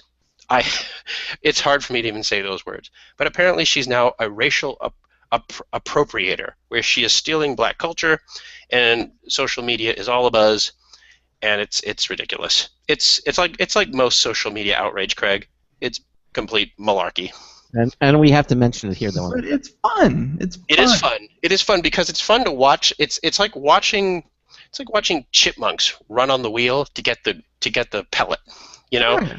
it's so programmed and so phony and so fake and so nonsense that it is entertaining. And by the way, I have listened to most of the album. I'm not the biggest Madonna fan, but I don't hate her. It's okay. A lot of dubstep, a lot of modern stuff. So if you like Madonna, you'll like it. If you hate Madonna, you'll probably like it. Okay. Poor girl. She used to be pop. You know, she was pop, and now she's trying to keep up with pop. So I will give her credit for one thing. In the mid '90s, she brought out these two albums. I think it was Ray of Light, and I forget the other one was called Music, and they were instrumental in bringing over what was then mostly European trance techno dubstep. And Madonna has a gift for approximating music styles, and she did a very good job of bringing that here. And you can thank her for a lot of the crappy music you get from people like Katy Perry and all the other imitators. So All right. I guess you wouldn't want to thank her for that. Blame her for that. So. All right. So we have about 40 minutes more. You want to turn to you want to talk about something relevant? What? yes, 2015, and what can we expect? What are we going to see out there? Any thoughts on that? CES? Yeah. Well, hopefully my team that I've deployed there will bring back lots of goodies. But I think the general consensus is that we're going to see a push, and this happened 2 years ago too, but we're going to see a really big push towards the Ultra HDs, the 4Ks, the 5Ks, the 6Ks. I feel like running a 12K marathon myself, but I just let them get used to it. You see first hour of this show from my rant. But no, there's going to be a big push towards getting you to convince you to buy a brand new TV and movies, and that's perfectly fine. I also think there's going to be a big push to wearable technology. I think Apple's gearing up for their smartwatch. I don't think the Android watches have caught fire, except for the Geekarati, but we'll see what happens. I stand as that I'm a non-believer about the Apple Watch or whatever they're calling it. I don't see it being useful outside of what they're pretending. But if I had to, but I don't work at Apple and I'm not a billionaire. So, but I know there have been a bunch of Android watches, Android Wears, this and that, and I think it's going to converge, Craig. I think Sony announced that their new smart TVs are going to use Android TV as a replacement for the old crap they used to have. Now the big news, they've already said this, and anybody who follows the saga of Samsung and Google will love this chapter. Mm-hmm. Samsung has been trying to schism away from Google for a while now. Anybody knows they've become a Pyrrhic victory, whereas Samsung may have dominated the Android market, but it came at a cost, and it came at a cost of their own individuality. And so Samsung has been trying to replace Android with their own operating system called Tizen or however it's pronounced. Yes. Uh-huh.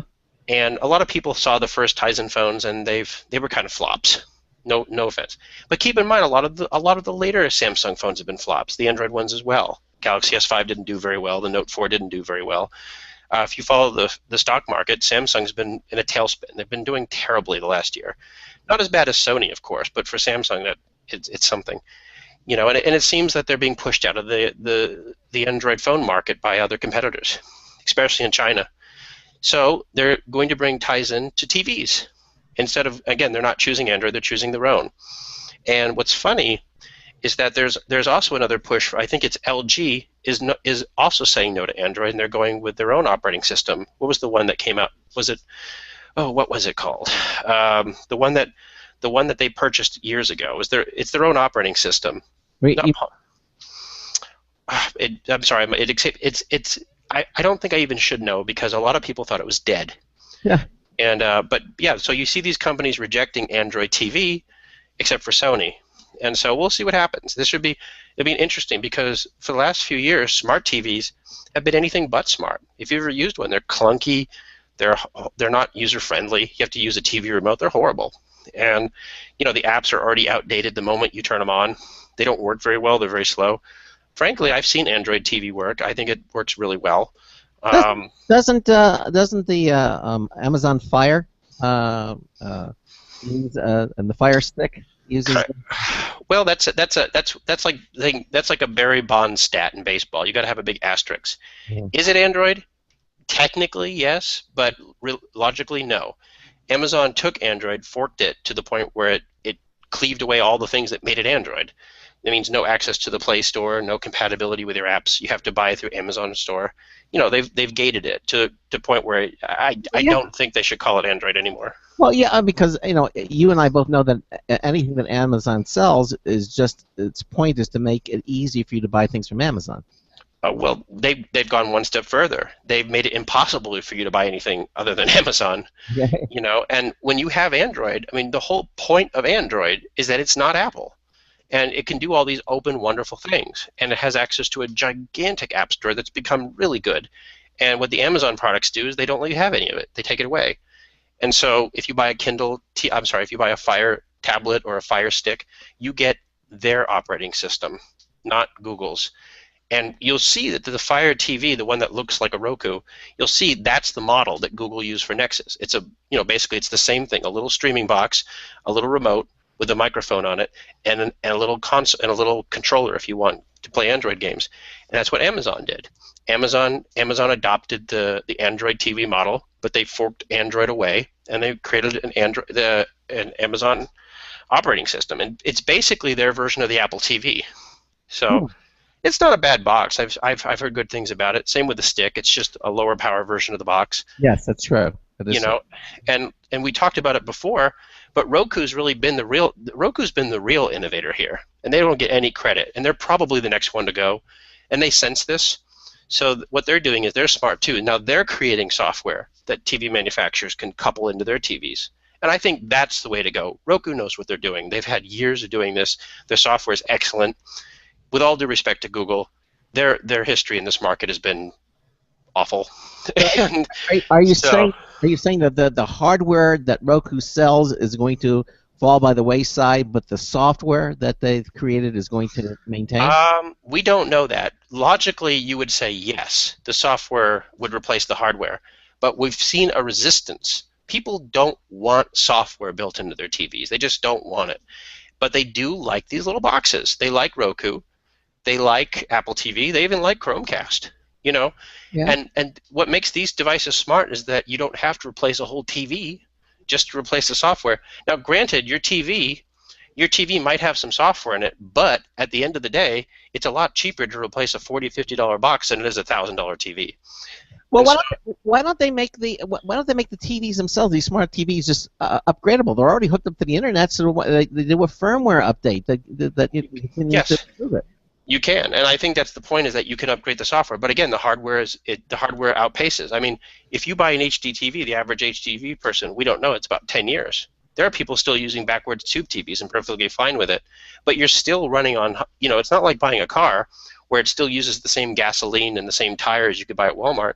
These TVs become rapidly outdated with software. And again, I don't know how Android TV is going to change that. Android TV may have a solution to that. I really hope they do. Or people just might stick with the boxes. They seem to really like the boxes. And by the way, some more boxes in that list include the Wii, the Wii U, the Xbox 360, Xbox One, PlayStation 3, PlayStation 4. Those things are gigantically popular in this market. So it's just, again, we'll see what happens.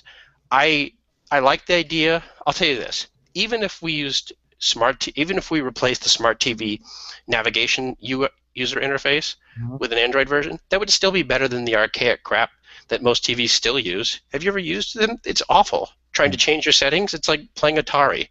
It's terrible. It's horrible. It's very awkward.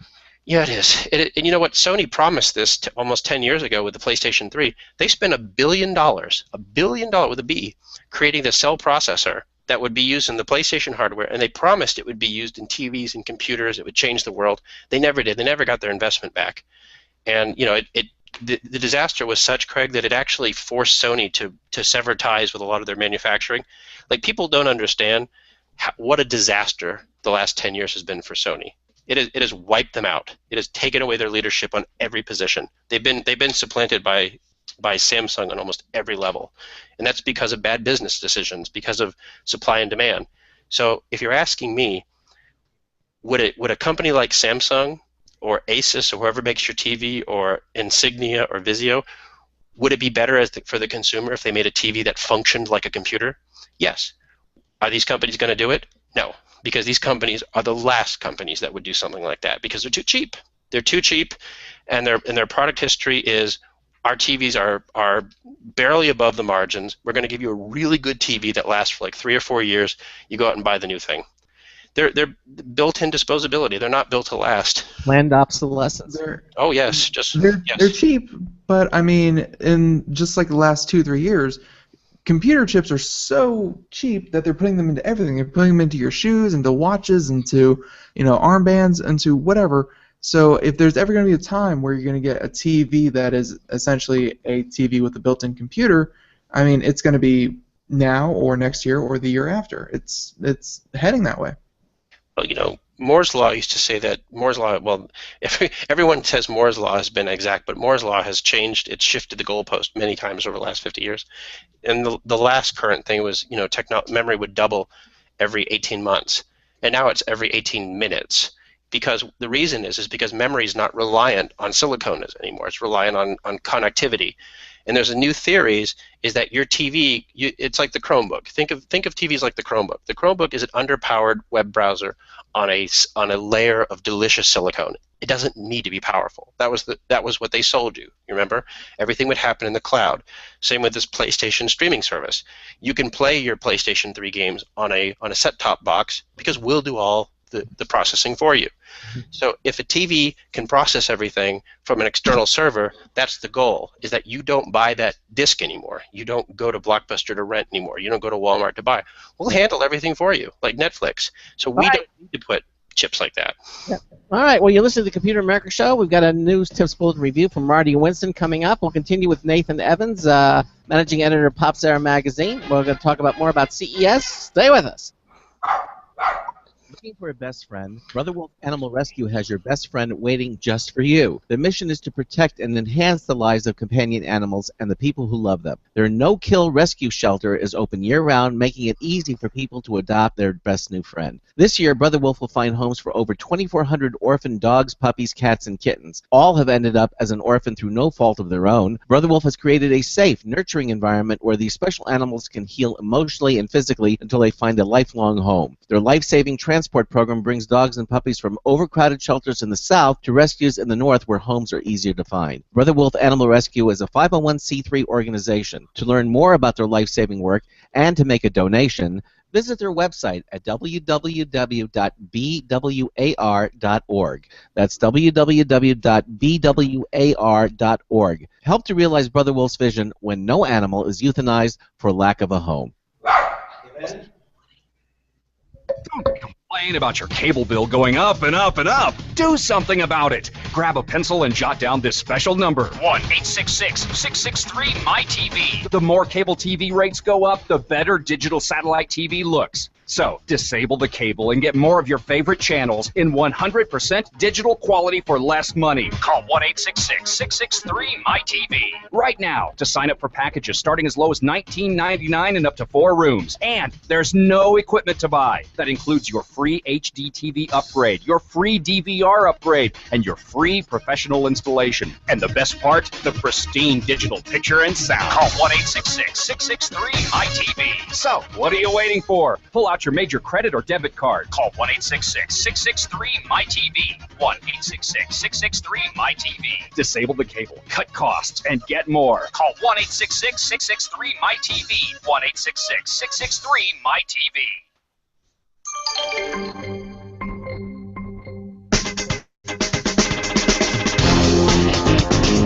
Happy to see you. It's Marty Winston with a news tips bulletin review for Computer America of the Jill E. Just Silwax laptop bag. Jill E. Designs bags are an admitted favorite here. for how well and elegantly they accommodate our tech and other cargo. Their Just Silwex 15-inch laptop bag sports two zip-top 7-inch by 6-inch pockets up front, and inside an arsenal of carry conveniences. A zip-to-open frontal pouch offers a handy place to stash tissues or vitamins or trade show badges, for example. Under its zipper are two pen-sized sleeves, a 3-finger wide pocket, and a 4-finger wide pocket. Pack whatever else you want in the 2 to 3 inch depth of its main chamber space. Behind it and forward of a padded divider is a pouch that can fit a 10-inch class tablet, and on the other side of the divider, a perfect place for a notebook, both secured by a Velcro attached top strap. Close the main compartment, and there's still a zipper over compartment big enough to hold documents or magazines, remember those? Plus a second, slightly narrower zipper at the bottom to let you slide what you need in or out in tight spaces like airline seats. On one side, a zipper chamber opens to a neck that can hold either a water bottle or sunglasses, depending on your need.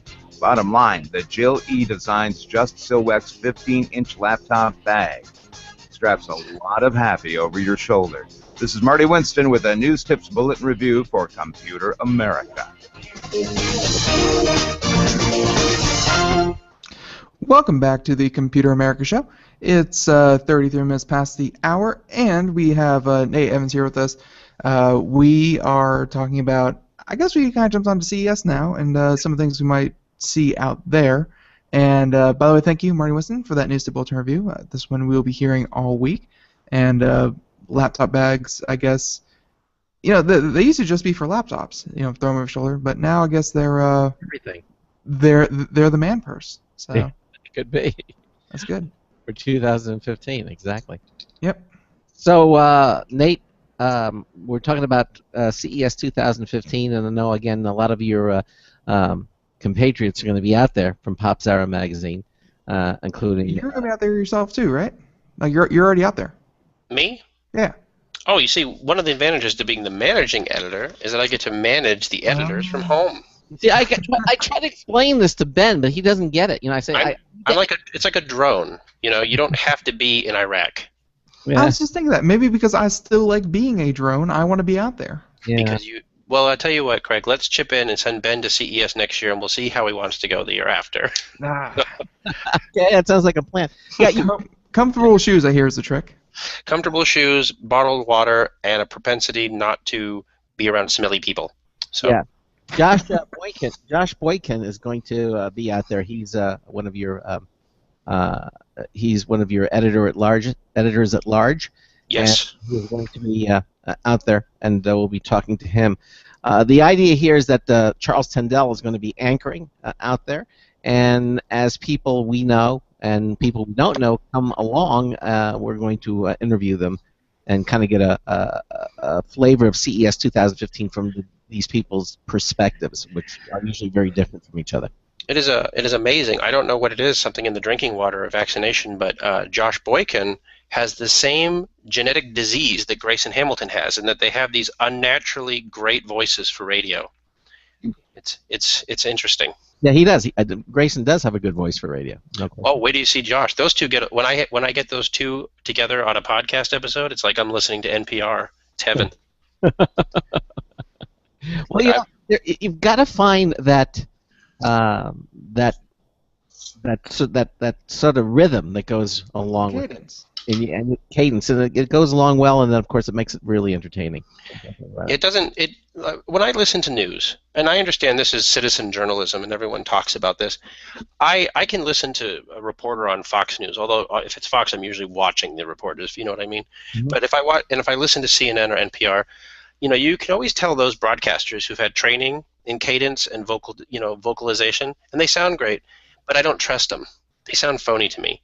And I want someone who's real, that has personality, the old Walter Cronkite type of voice, the one where you can hear it in the voice. And I'll take that. As long as they can pronounce words a little bit and their accent isn't off-putting, I'll take anybody. As long as they're honest.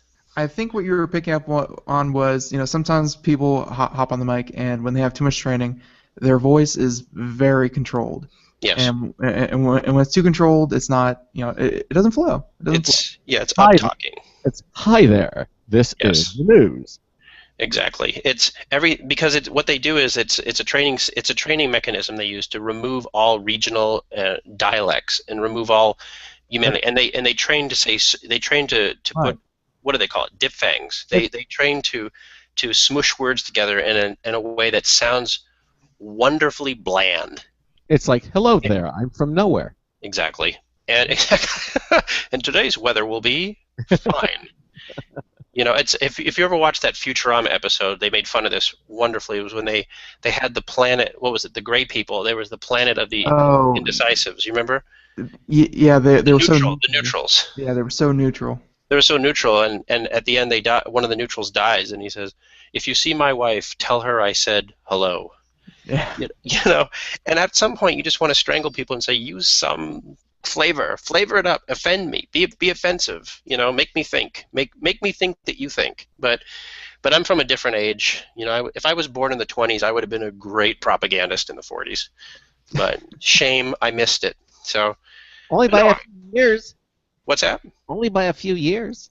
Well, the funny thing though is that not to get off my soapbox real quick, but I do see this proliferation of citizen journalists, and I applaud it. I think it's great to get perspective. The more perspective, the better. But at a certain point, though, you need to control your opinion to the point where it's not hyper speculation, and you can't come out and say, well, this caused this, or this did this, or this happened because of this. You need to sit back. You need to have some training in objectivity. Passion is great, and I applaud passion, but it needs to be controlled passion, like a fire hose. Otherwise, it's just a arterial spray, and I don't like arterial sprays because it just makes everything messy and it doesn't get to the point. So you can have passion, but you need to respect the subject, and you need to respect yourself, and you need to respect your listeners above all, to give them at least your perspective based on objectivity and fact. So if you got all that, then I don't care if you sound like Guilford Gottfried, as long as you got some passion. That would be great, though, if I had Guilford Gottfried. He's got a podcast now. Yeah, everybody has a podcast. I know. So again, we're kind of winding down with the CES 2015, and we're going to have, as I said, Josh Boynton there, and we have Grayson Hamilton. Sandy Berger, by the way, I spoke to her. She is going to be out there, and so we will be hearing from her as well. Nice. David Perry might be making an appearance, albeit a brief one. He will be out there regardless. It's just, will he make an appearance on Computer America? Is the question. Well, David Perry? Yes, David Perry. He's a longtime friend of the show. He's been, but he's out there. He's now with F-Secure. He's F-Secure is sending him out there, and they want him out there most of the time. But we're going to see if we can try to wrangle him for a few minutes to come by. Again, the idea is just to get different people's perspective for CES, because there's so many different things going on out there. No one person can see it all, and but we can get a different, sort of a flavor for it. There was a little news that came over the wire while we were talking. I don't have any validation about where it came out. I imagine it was with a conference, but Sony just announced that since 2013 they've sold 18.5 million PlayStation 4s. A phenomenon. That's, and the key word there is sold, not shipped. How many? 18.5. Wow. That's phenomenal. That's a big deal. Yeah. That's a lot. That's they're selling PlayStation 4s like Nintendo was selling the Wii. That's pretty impressive. Okay. It's I mean, those are the kind of numbers you want to see, pushing into people's homes and pushing out that old technology. So it is funny. It is funny though, because 18.5 is a lot, but when you compare that to a lot of the other technology that we've taken, like smartphones and everything, it's rather small, but it's more intimate. Like like Apple will sell 25 million iPads a year, and each iPad is $500 or $350. And but for a video game console, we keep hearing the video game console is dead. No one wants it. It's all bullplop. It's not going anywhere. It's here for a while. But I mean, like comparing a PlayStation 4 to an iPad to a computer to anything. I mean, an iPad, a computer, an e-reader, whatever that kind of stuff. You can do many things with those. You could do business, you could do pleasure, you could do whatever you want. But with the PlayStation, I don't know many people who are buying PlayStation 4s and and just having them sit there and be like, oh, this is my DVD player. When you buy a PlayStation 4, that entire community, all 18 million people, they're all into video games. They're not. It's so selling a PlayStation 4, you're selling it to a gamer.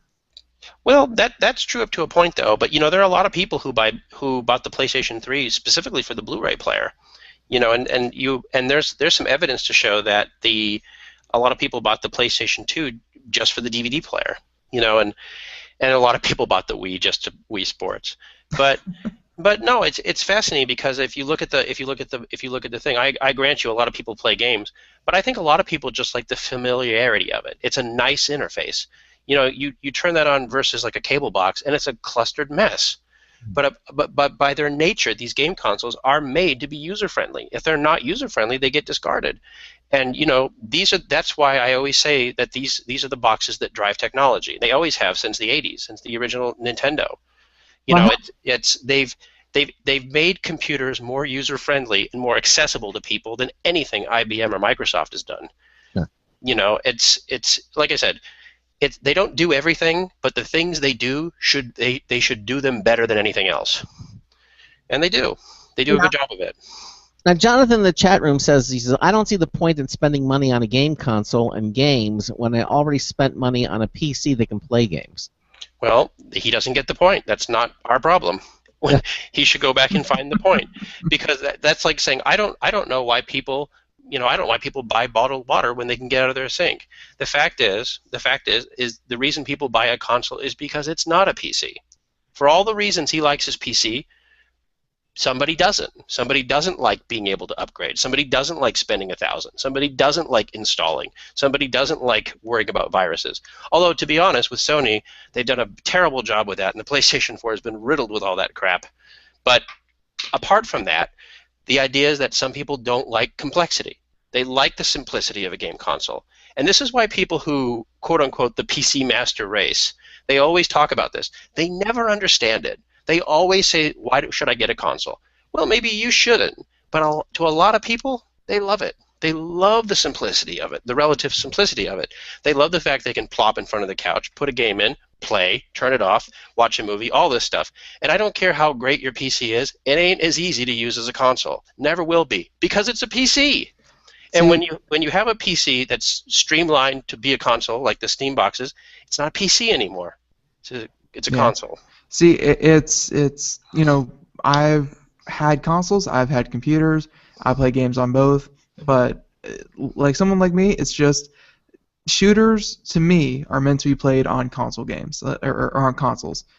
Just your Halos, your Call of Duties, your whatever, your Mass Effects, whatever your shooter is, I just can't play that on computer. So it's they're flavors. They're flavors of video games. Why? Not everyone loves vanilla. Is it the controller that makes it better to play? It's the controller. It's the TV. It's everyone has the same interface. It's it is the paddle. What you just said would have been unthinkable 10 years ago. The idea that people think that shooters would be associated with a console as opposed to a PC was unthinkable. PCs were the place for shooters. It was the place for the Dooms, for the Quakes, for the Wolfensteins, for the Unreal tournaments. Still to this day, the Counter-Strike and everything else. But you're right. There's been a switch, and the reason being, little known fact, when Microsoft wanted to bring Halo to the PC, it was originally it was a Macintosh game, but Microsoft bought Bungie, turned it into a PC. They brought it over to the Xbox, and eventually it was associated with Xbox. They wanted to bring it over to the PC, but the problem is the reaction time was too slow because, again, like what Ben was saying, it was timed for a controller and the input and the radial input of it. So they had to speed it up. And what they noticed is that once the game was sped up, people didn't like it anymore. It was designed to be slow. It was designed for a controller. And when you take a game that was made for the radial input of a mouse and a keyboard and you slow it to a controller, people don't like it. But when it's made for that way, the rest of the game gets designed around it. That's why Call of Duty it's not popular on the PC. Battlefield is, because it was designed for the PC. And you have these different things. It's like playing a first-person shooter on an iPad. It's never that, even at its best, it's never that good because it wasn't designed for it. You get a game that's designed for the iPad, It works wonderful. And you know that to each his own, to all these different inputs, to all, look at Nintendo. Again, going back to them. They have the strangest contraption. They have that touchscreen on the Wii U. Games that are designed for the touchpad work great. Games that aren't, not so much. But to each his own. Yep. So, there's different flavor. And to the friend in the chat room, I would say this. You don't have to get it. If you have a PC and you like it, fine, stay with it. There's a lot of great PC games. But if you want to play a console game, you probably have to play a console. The Last of Us, the Halo series, the Metroids, the Marios, the Smash Brothers. There's so many great console games. There's not too many PC games that aren't available on console. So it is what it is. To each his own. My kingdom for a glass of water. See, but the internet does not run on to each his own. The internet runs on conflict. So It does. It does. And to those people, get a life. Move on. Enjoy your games. It's not military. This isn't war games, and you're not Matthew Broderick. Thank goodness. All right. I was just watching Matthew Broderick the Lady Hawk, an old movie of his Yes. made back in the 80s. Haven't seen that in a while. Yeah, it was a good movie. Okay, so we've got less than about 15 minutes left, and we're kind of spending the rest of it on CES. Or did you want to talk about the worst technology of 2014, or what you might think the best of 2014 was? Hard to say. I think 2014 was a good year for transition. I don't think there was nearly enough discarding of bad tech. Sometimes bad tech.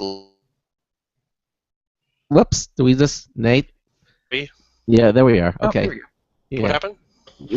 We had a hiccup with you. Oh, Go okay, ahead. I'm sorry. I was going to say, I don't think, sometimes bad tech has the good conscience to just excise itself and go away, but sometimes it stays around, like Android on refrigerators. It's not necessary, but, it's like curry food. It smells and it stays. So I don't think we've gotten rid of a lot of bad tech yet. I think I think 2015 we'll know for sure about these watches, or we'll at least have an idea about these watches. Well, didn't you predict that it wasn't going to happen? I mean, you even said Apple wasn't going to come out with a watch. I was skeptical, but I was a cautious skeptical in that Apple doesn't keep secrets. Again, Apple hasn't brought out their watch yet. There's been 100 of these other imitators, and none of them have done anything. So we'll see what happens. I mean, there's somebody out there that says, "Oh, the Moto 360, it's sold out." Well, yeah, when you ship 20 to a store, it's going to sell out. Like, come back to me when they sell out millions. It's artificially inflating the public perception. Is when they say, "Oh, we sold out, we sold out." I will give Apple a little credit. One of the things that Apple has done to near perfection under Tim Cook, and this is why he was chosen, is they've streamlined the assembly process. If Apple wants to sell 10 million iPhones, they'll have 10 million iPhones made. Most companies, they'll ship 500,000, 1,000. They'll need to reorder. So Apple's ship to sell rate is great.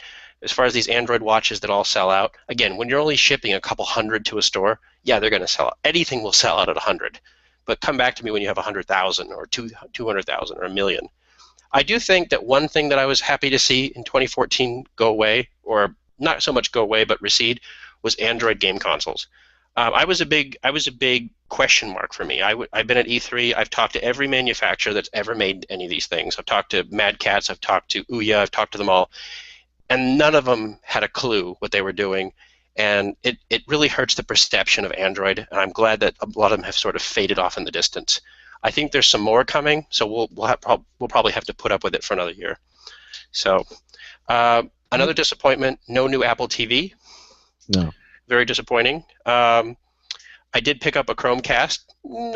Okay. I like my Chromecast. I like it. I have it, and I use it not all the time, but when I use it, I'm glad that I have it. Yeah, it's there. When someone stole my Apple TV, I didn't want to spend the $100 to replace it, so I picked up a $35 Chromecast, and it's once you get used to its limitations, it's not so bad. And they've improved it. That's another thing about it, because they fixed the interface. There was a lot of lag, and now there's virtually no lag. But when I tap something on the iPhone, and it happens immediately on the TV, so they've improved. Yes, the operating. I've sold more Chromecast for Google than Google has. I think one of your guests on the show, Nelson Hoods, he's bought a couple of them, and he's really happy with them. I think another what was I going to say? I think another good thing in the world of tech that I think we should be looking forward to. is a slowdown. The idea is that people have these new cell phones and they have the operating system and they're gelling.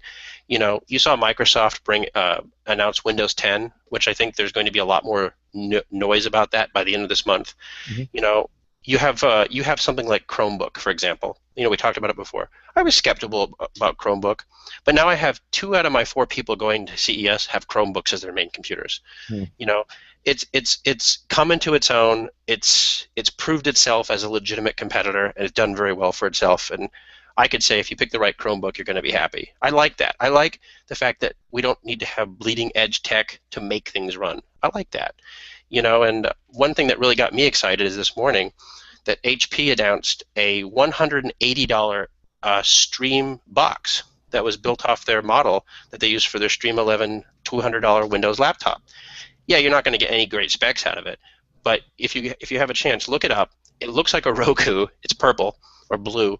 $180 comes with a full version of Windows 8.1. It's got tiny little USB ports and an HDMI port, and it's a full version of Windows for $180. Wow. Can't beat that. That's cheaper than a Chromebook. Yeah, exactly. That's a pretty good price. That's competitive, and that wouldn't have happened if Microsoft continued doing the stupidity stuff they've been doing with Windows 8 and Windows 7. So I like it. Competition breeds innovation, and that's what I like. So that's what I'm going to look forward to in 2015 is more competition on these low-end tech stuff. What about IoT? You know, Internet of Things for 2015. I think the fact that we're calling it the Internet of Things means that it hasn't happened yet. Yeah. I think people are looking for wearable tech. They want tech in their contact lens, tech on their TV. You know, we were promised RFID scanners in shopping carts, so when you put your milk in your shopping carts, it already scans it. So you. Yeah, where'd that go? Yeah, where'd it go? And the fact is, I think again, there's no standard. I think the only 2 companies that are even close to doing this, and I say close, I'd be generous and estimate about 15% of the way there, are Google and Apple. You know, Google, of course, it's ubiquity, and they just purchased, I think, the company Nest, which was founded by a bunch of Apple employees. You know, they invested in that, the home temperature gauges and all the light switches. And people forget that at last CES, it was very Apple wasn't there, but Apple had a presence because of all these Internet of Thing devices. You know, Belkin and all these devices that you could use iOS with, and they're spreading it to cars. So they're spreading it to operating system on cars and houses and devices. I don't think we're even remotely close. We're not at the Jetsons yet, but I don't know. I don't like the idea that an app can control your car engine like a Tesla, like solely. I'm perfectly okay with it being an option, but do you really want everything controlled by an app? I don't think so. The other day, my power went out, and I had to get in my house, and my keys are very low tech. You know, my key works. I mean, that technology's been around 1,000 years. Until you can beat the key for some things, then give me an option. So. Well, even the door locks that are using Bluetooth and everything, there's a power failure. The first they have batteries, and apparently, and the batteries go, you can still use a key. You know? Well, batteries are hackable. You know, any product with a battery can be hacked. And so, again, if somebody really wants in my house, they can probably just kick the door down. It's not that hard.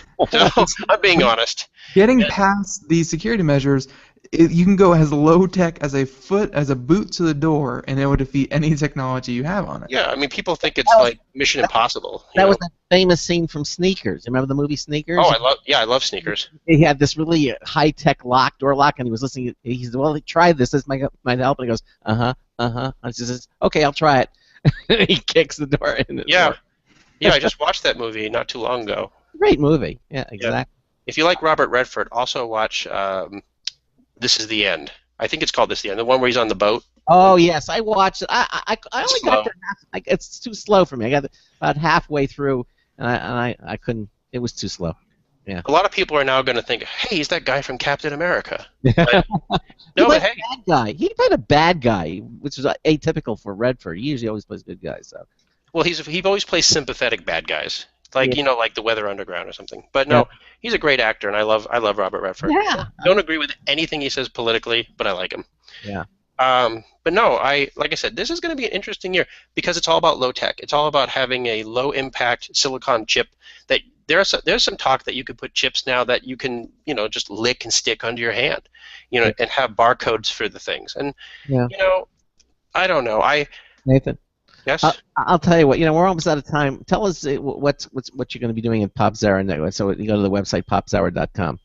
Well, we will continue serving the best bits and bytes and all the goodies. Hopefully this year this next week or so we'll have a lot of very good CES coverage. We're going to revamp a lot of the podcast stuff for better quality, better succinctness, have more guests like the great Craig Crossman. I don't know if you heard of him, but he was on last year. He went like gangbusters.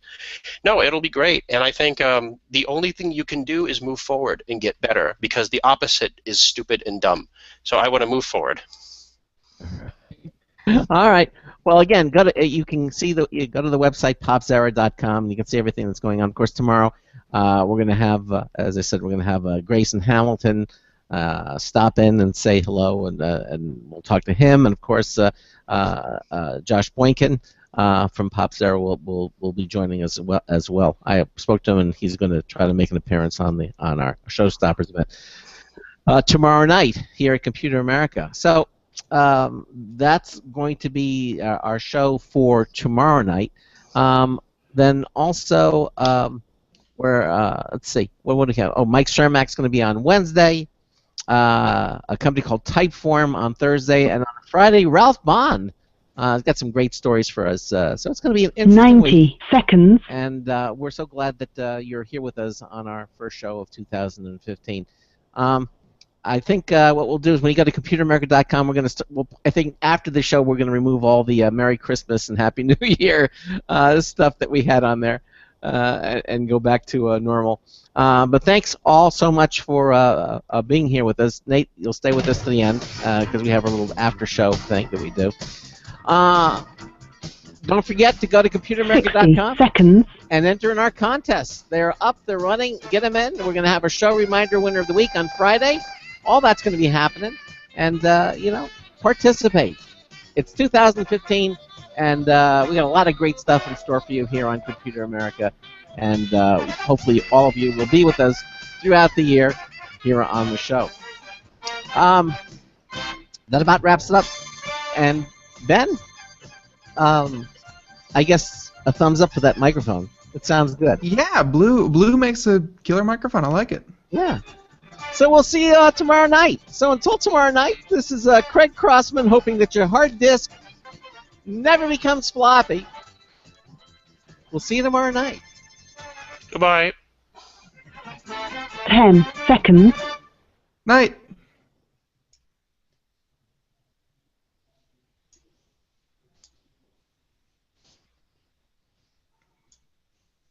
The timer's a little off. Thank you for using Blog Talk Radio. Goodbye. I set the clock. That's the network. See, it's off like about 5 seconds. Huh, weird. Yeah. Oh well. Anyway, thanks everybody for watching here on our Computer America video, live streaming video. Hopefully you enjoyed it. And Nate, thanks again for being with us here tomorrow. And we'll see you. I guess we'll talk with everybody out at CES. It's going to be a fun show. Should be fun. It should be fun. All right, everybody. Thanks again, and we'll see you tomorrow here on Computer America. All right. Good night. Good night. Good night.